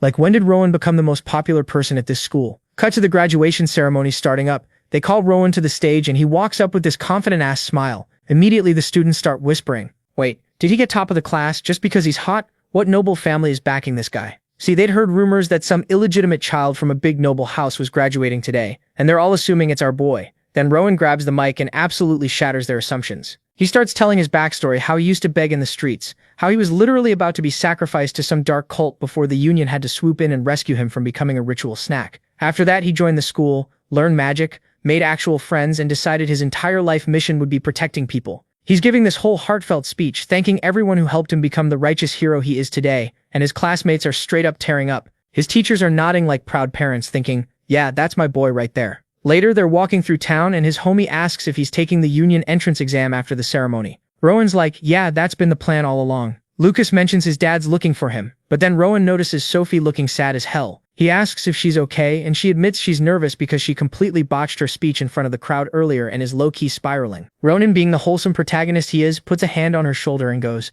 don't worry, we'll all get into the union together and show them what you're worth. She's blushing and nodding, feeling all motivated now. They arrive at the union, and the place is absolutely packed. Ronan walks up to the register and introduces himself as a union school graduate. Immediately, people start side-eyeing him. Wait, isn't the minimum age for this exam 15? How young is this kid? The registrar checks his info and goes, oh damn, you're the top graduate from union school, and confirms his registration, handing him a ticket to the testing area. People in line behind him start murmuring, okay, maybe this kid's different. I heard he can actually use magic without exploding. Ronan meets back up with Lucas and Sophie, and they explain the first round you just have to demonstrate your skills in front of a supervisor. Ronan gives them a confident smile and says, just do what you always do, and let's meet up after we pass. They're all hyped when the announcer calls out, next candidate, union school top graduate, Ronan. Our boy walks into testing area 1, and suddenly this massive golem just materializes in front of him, and charges straight at him like it's got a personal vendetta. The test begins and Rowan casually raises his hand. Blue mana starts swirling around it, and everyone watching is absolutely gawking because apparently this level of mana control is not normal for a kid his age. Here's what our boy did. He analyzed the golem's entire mana structure in a few seconds. Once he's got that info locked down, manipulating and changing it becomes child's play. So what does he do? He initializes the golem's self-destruct sequence. Just straight up tells it to delete itself. In the next second, this golem starts melting like a chocolate cake, someone left in the sun. It's just dripping and dissolving until only its core is left floating in the air. Then the core just drops to the floor, and with that, the test was over. And for a second, no one can believe what just happened. Even though he just saw what our boy did, the examiner still couldn't believe it. He'd assumed Rowan was like every other basic student who could throw some ice shards and fireballs, maybe a lightning bolt if they were feeling fancy. But nah, Rowan just casually pulled out some god-tier spell work that had the entire crowd absolutely losing their mind. Everyone's whispering like, yo, did you see that? What kind of broken magic was that? Lucas comes sprinting over and nearly tackles him with a bear hug. Hyped out of his mind, congratulating him for passing. Then he gestures at the other examinees and goes, bro, look at them, they're shook. You just went full Sweatlord in round 1. What are the rest of us supposed to do? Uninstall and go home?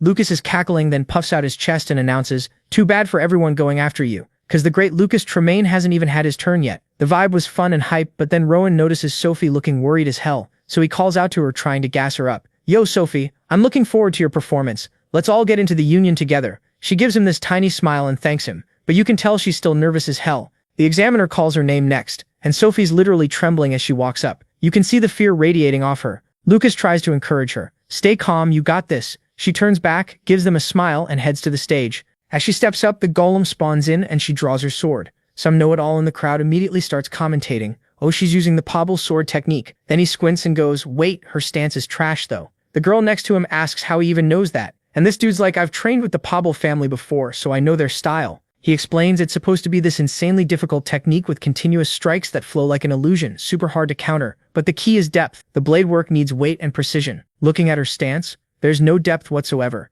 The girl's worried now, asking what Sophie should do. And this bastard just casually says, I mean, at least she should have learned the basics before trying to show off in public. But Sophie didn't give a damn about rules or theory. She gripped her sword and charged straight at the golem. 1 second it was there, and the next it was gone. Like my motivation. The know-it-all and his friend, jaws on the floor, but Rowan? Man's just standing there with this satisfied smirk like, yeah, that's my girl. As the golem crumbles to dust, Sophie's standing there in shock that she actually pulled it off that fast. The examiner, still buffering, stammers out that she passed and can grab her certification stamp. The crowd's going absolutely feral. Did she really just slice through a golem like it was made of paper? What the hell was that speed? Meanwhile, Lucas and Rowan are grinning ear to ear, knowing damn well she didn't even show half her arsenal. Though they both noted she hit the golem with 6 consecutive strikes, when she comes back, they both congratulate her. Lucas, being Lucas, can't help but roast her a bit. You looked a little rusty up there. Stage fright, get to you? Then he cracks his knuckles and announces, all right, my turn. Just watch and learn, children. He swaggers onto the stage, turns back with this cocky-ass grin and goes, this is just a warm-up for me. The second the golem materializes, Lucas launches himself like a missile and splits the thing clean in half with 1 strike, destroying its core instantly. He's standing there admiring his handiwork like, damn, did I go too hard? My bad. Meanwhile, the examiner's having a full mental breakdown because that's the third person today who one-shot the golem. Like, bro, what is this, a damn speedrun competition? Later that evening, they're chilling at Lucas's crib. Lucas tells Rowan to make himself at home and yell if he needs anything. Rowan thanks him for letting him crash there, and Lucas waves it off like it's nothing, then mentions dinner's ready and he should freshen up first. At dinner, there are carrots. Just carrots. Lucas's dad offers Rowan more, but he politely declines. Lucas immediately starts whining about the food and gets bonked on the head for being ungrateful. Rowan's just sitting there like, damn, this family dynamic is wholesome as hell. Then Oscar turns to Rowan and asks about the gifts. Our boy immediately starts thanking him, saying they were exactly what he needed. The conversation shifts to the exam results, and after hearing how they performed, Oscar's genuinely surprised.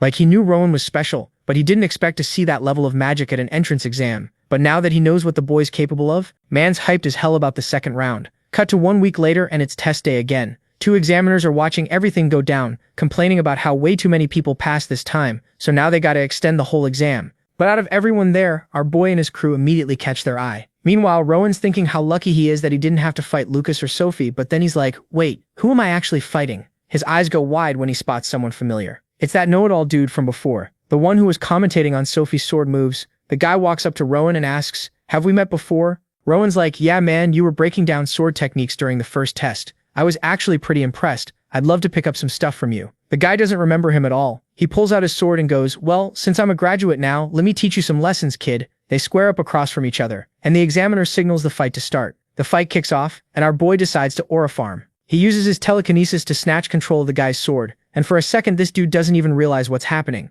Rowan's just standing there all chill, while this guy is losing it, looking absolutely confused and stammering, wait, hold on. But Rowan doesn't wait. He hits him with the magic again, and dude's sword starts floating above him like it's possessed. The examiner asks, would you like to continue? The guy can't believe some kid is toying with him like this. His ego's destroyed, so he confidently announces, I don't need a weapon to handle some arrogant boy. Rowan lifts one finger and the guy immediately realizes he's screwed as he watches his own sword flying straight at him. Before he can even react, he gets taken out by his own weapon, with Rowan just casually standing beside him. As the dude lies there on the floor, completely destroyed both mentally and physically. The examiner's having a whole crisis like, how is this kid even doing this? He declares Rowan the winner and tells him to get ready for the next match.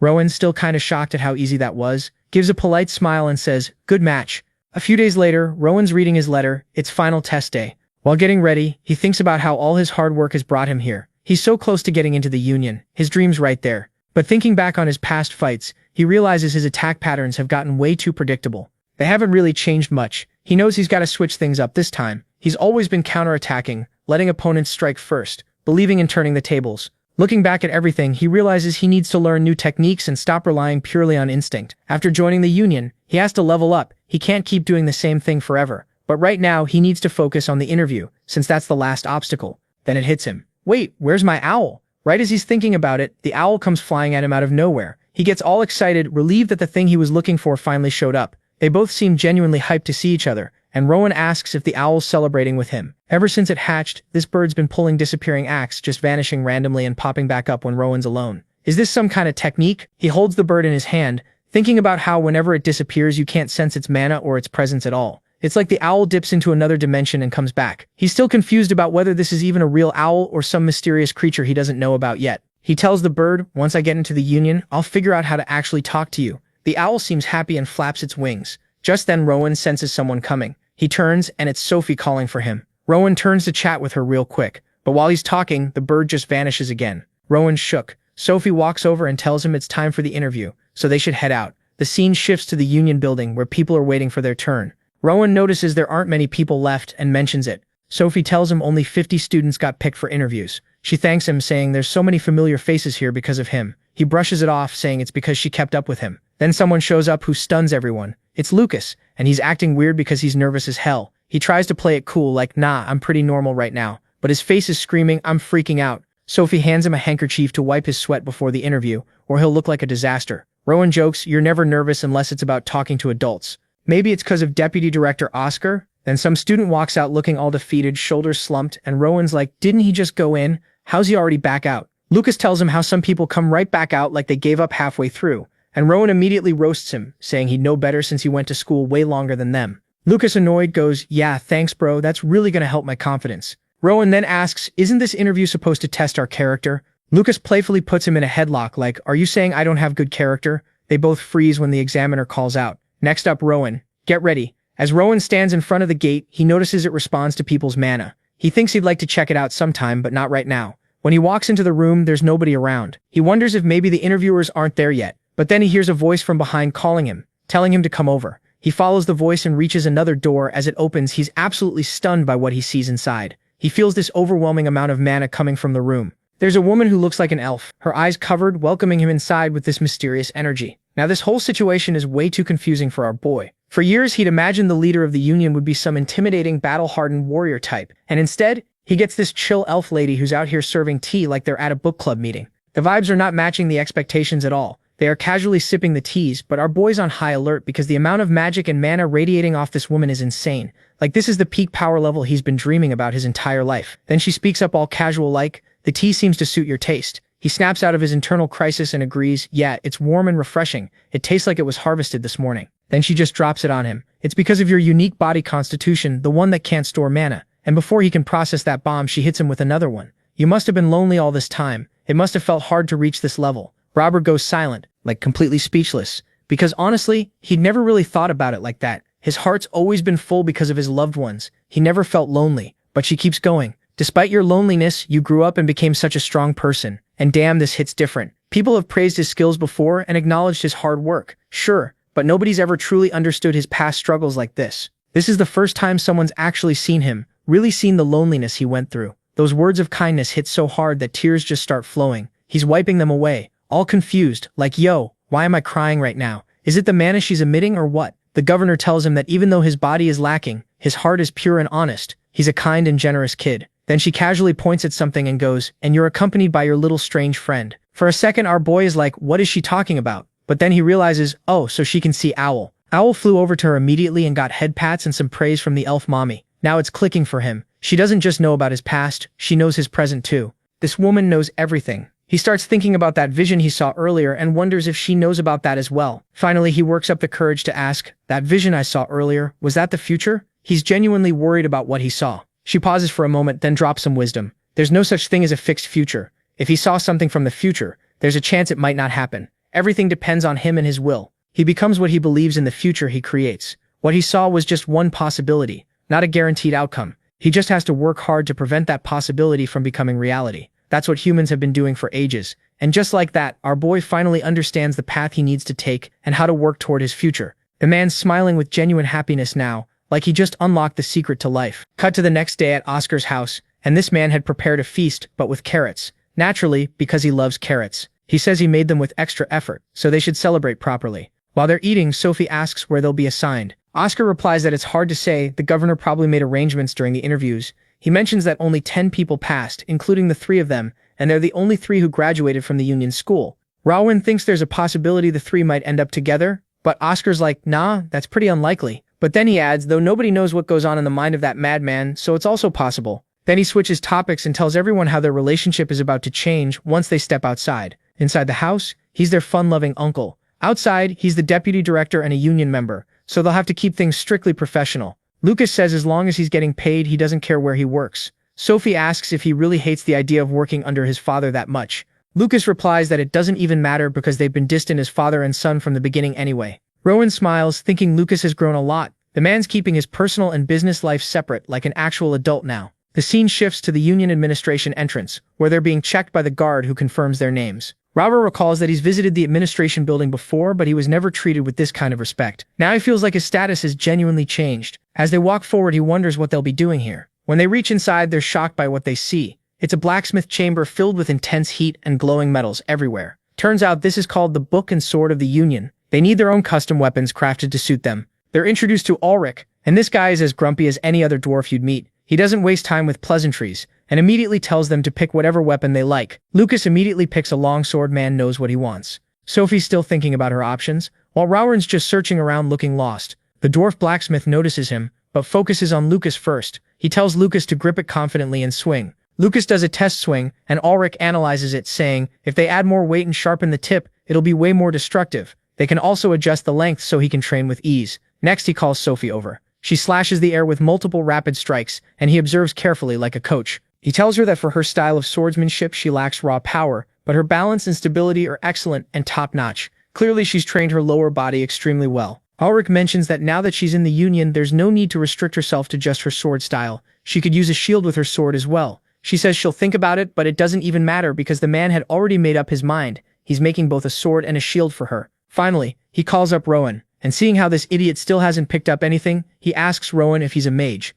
For a second, Ulrich's low-key annoyed like, bro, a mage and a blacksmith? That's not even a good combo. But whatever, he's professional about it and tells Rowan he'll give it his best shot to make something decent for him. But then Rowan interrupts and hits him with, actually, I've got a pretty weird request. Our boy starts explaining how he's not really into normal swords. Nah, he prefers controlling floating sword shards. For a second, Ulrich is like, what? To prove he's not just talking out of his ass, Rowan summons this glowing blue fragment that just hovers next to him. Then he drops the question, can the blacksmith fix his broken shards? The blacksmith just holds out his hand like, let me see what we're working with here. The moment he inspects the fragment, this man's whole expression changes. He recognizes it immediately. This isn't just some regular broken sword. This is a piece of a demonic sword infused with dark mana. He looks at Rowan like, you're one interesting kid, then drops some knowledge. If they reforged this single broken sword correctly, they could turn it into 12 separate blades.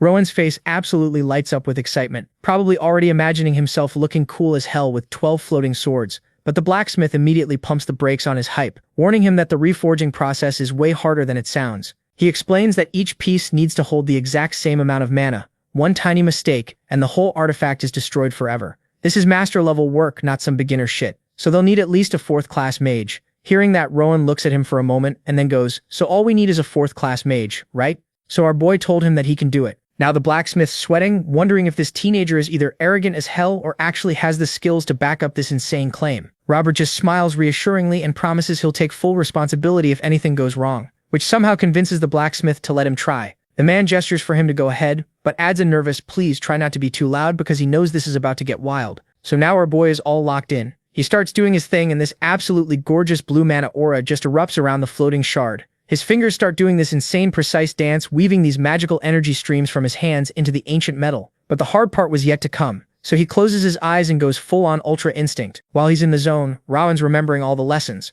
Pauline dropped on him. He's combining her wisdom with all the crazy advanced stuff Director Lazarus showed him. In his mind's eye, he's seeing the energy inside this shard as like thousands of glowing branches, and he carefully starts pulling apart these magical strands. But then you see his face scrunch up a bit because this shit is actually hard as hell. Even for someone as cracked as him. He's focusing everything on the real challenge here, splitting the sword's mana into 12 perfectly equal pieces and keeping it all stable. With one final push, Romer just says fuck it and goes full power, creating this massive whirlpool of energy that explodes outward. The master blacksmith's jaw literally drops to the floor. This man is shook, staring at this display like his entire worldview just got deleted, thinking what the actual fuck, this kid is doing what now? These bright sharp cracks of light start spreading across the shard's surface as all that power splits the metal from the inside. The energy tornado finally calms down, and there's Romer just standing there looking cool as hell while 12 identical glowing sword shards are floating around him. The freshly made blades drift through the air all gracefully and land right in the blacksmith's hands. This man starts laughing like he can't believe what he's seeing, turning these perfect shards over and over, same shape, same size, same mana levels. Literally everything is flawless. He's completely losing his mind that some 15-year-old kid just casually did what most master mages couldn't pull off if you gave them their whole lifetime to try. Cut to later, and it's already orientation day, and Baldy is going through the standard stuff about the Union's 7 divisions and how everyone gets sorted based on what they're good at. Then he hits them with the harsh truth. The world's brutal. Wearing the Union's name paints a target on your back, and even the regular people you're out here protecting will call you the kingdom's dogs when you're not around. But he tells them to push through it because at the end of the day, they're here to keep the peace and make the world less shitty. Skip ahead to induction day, and the blacksmith hands Rowan this heavy-ass pouch with all 12 blades inside. Rowan's immediately pumped to try these bad boys out. He tells Lucas it's time to bounce, but his friend looks like someone just kicked his puppy because he got stuck in his own dad's division. They show up at this massive fancy hall where Creed division members are already going ham with training, swords clashing everywhere. Some voice announces the new recruits just arrived. Rowan immediately clocks this one guy's badge, showing he's high-ranked as hell. That's Adurin, the division leader and an expert-level swordsman. After they do quick intros, Edrin just casually drops that he's bored out of his mind and wants to see what Rowan can do, and our boy and Lucas are like, wait, what? This isn't how these things go. But nah, Edrin doesn't care. He points to the side and tells Rowan that Oscar is going to be his opponent. And Oscar is all in on it because he's curious to see how much Rowan's telekinetic sword game has leveled up over the past 5 years. And Rowan too is now hyped to find out just how strong he has gotten in these 5 years, so he accepts the duel. Rowan's attitude immediately earns Oscar's respect, but he also reminds him to go all out because he too won't hold back. And while he was saying that, he pulls out this absolutely massive claymore. Rowan just calmly replies that magic is his whole thing, and suddenly 12 brand new mana-infused blades appear out of nowhere and start floating around him in a circle. Oscar notices the extra blades and is like, "Hold up, didn't you have less of these before?" Rowan explains they were a welcome gift, and Oscar immediately recognizes the craftsmanship, asking what our boy named them. Rowan tells him they're called Seville, and Oscar's thinking to himself whether these tiny blades can actually live up to that fancy name. Rowan admits he's curious about their power too, since this is basically his first real test drive. Then Ron hits Oscar with a bold request. He wants the first move. Duran, who's watching from the sidelines, is impressed as hell by the audacity. Oscar realizes this isn't just some cocky rookie being arrogant. The kid's got an actual plan brewing. So they square up on opposite ends of the hall, Ron with his floating blades and Oscar with his giant sword. Then Oscar erupts with this intense crimson aura, and basically warns Ron, "Don't you dare disrespect my family's fighting style with some half-assed imitation." Ron thinks back to his 5 years of sparring with Lucas, knowing the Pass-Off family's Claymore style inside and out from all that practice. But he also knows that Oscar is on a completely different level than his friend could ever reach. With that, the battle begins. He goes all in from the first second, using all 12 shards, but Oscar just casually swats them away. He gives Rowan some quick feedback saying the technique's rough but has potential. But even if it does, it's nowhere near enough to beat him. And as he says that, he charges straight at our boy and Rowan has no idea how to stop him. So he quickly comes up with a crude plan. He knows that he can't stop that sword. So instead he focuses on slowing down the sword's speed. Oscar's about to bring down another strike when, in the next second, he's completely frozen in place. Lucas and Edrin are watching from the side, with Lucas pointing out that something invisible just locked his dad down. Rowan's back on his feet while Oscar's struggling against the restraints. Turns out our boy used precise mana control to manipulate weight and friction to trap Oscar. Oscar looks at him with this impressed smile, saying the kid learned some nice tricks, but warns him parlor tricks won't cut it. The mana threads start cracking, and with one massive roar, Oscar just shatters those magical restraints like they're tissue paper. His claymore comes crashing down but stops inches from Rowan, blocked by all 12 of his blades interlocked together. Rowan pushes back with everything, realizing his new weapon's way more capable than he thought. But Oscar stops playing nice and unleashes this furious combo, pushing Rowan backward across the floor with each strike. Our boy knows his mana is still too weak to restrain Oscar for long, but at least for now the situation isn't too bad because he can control his weapon. But the real problem is that there is nowhere to fall back to. He's losing his ground, so he decided to go all offensive. He whips out a fireball and launches it at Oscar, and it all happened so fast that Oscar could barely block it. And in the end, it was his mustache that got the hit. Bro lost half of his mustache in that attack, and his commander and colleagues didn't forget to make fun of him for that. Some even started straight up roasting him. But at the same time, they are impressed by our boy's skill. And then Edrin calls our boy over, telling him to like the video and help Mamoru to make juicy content and activate that cheeky little bell.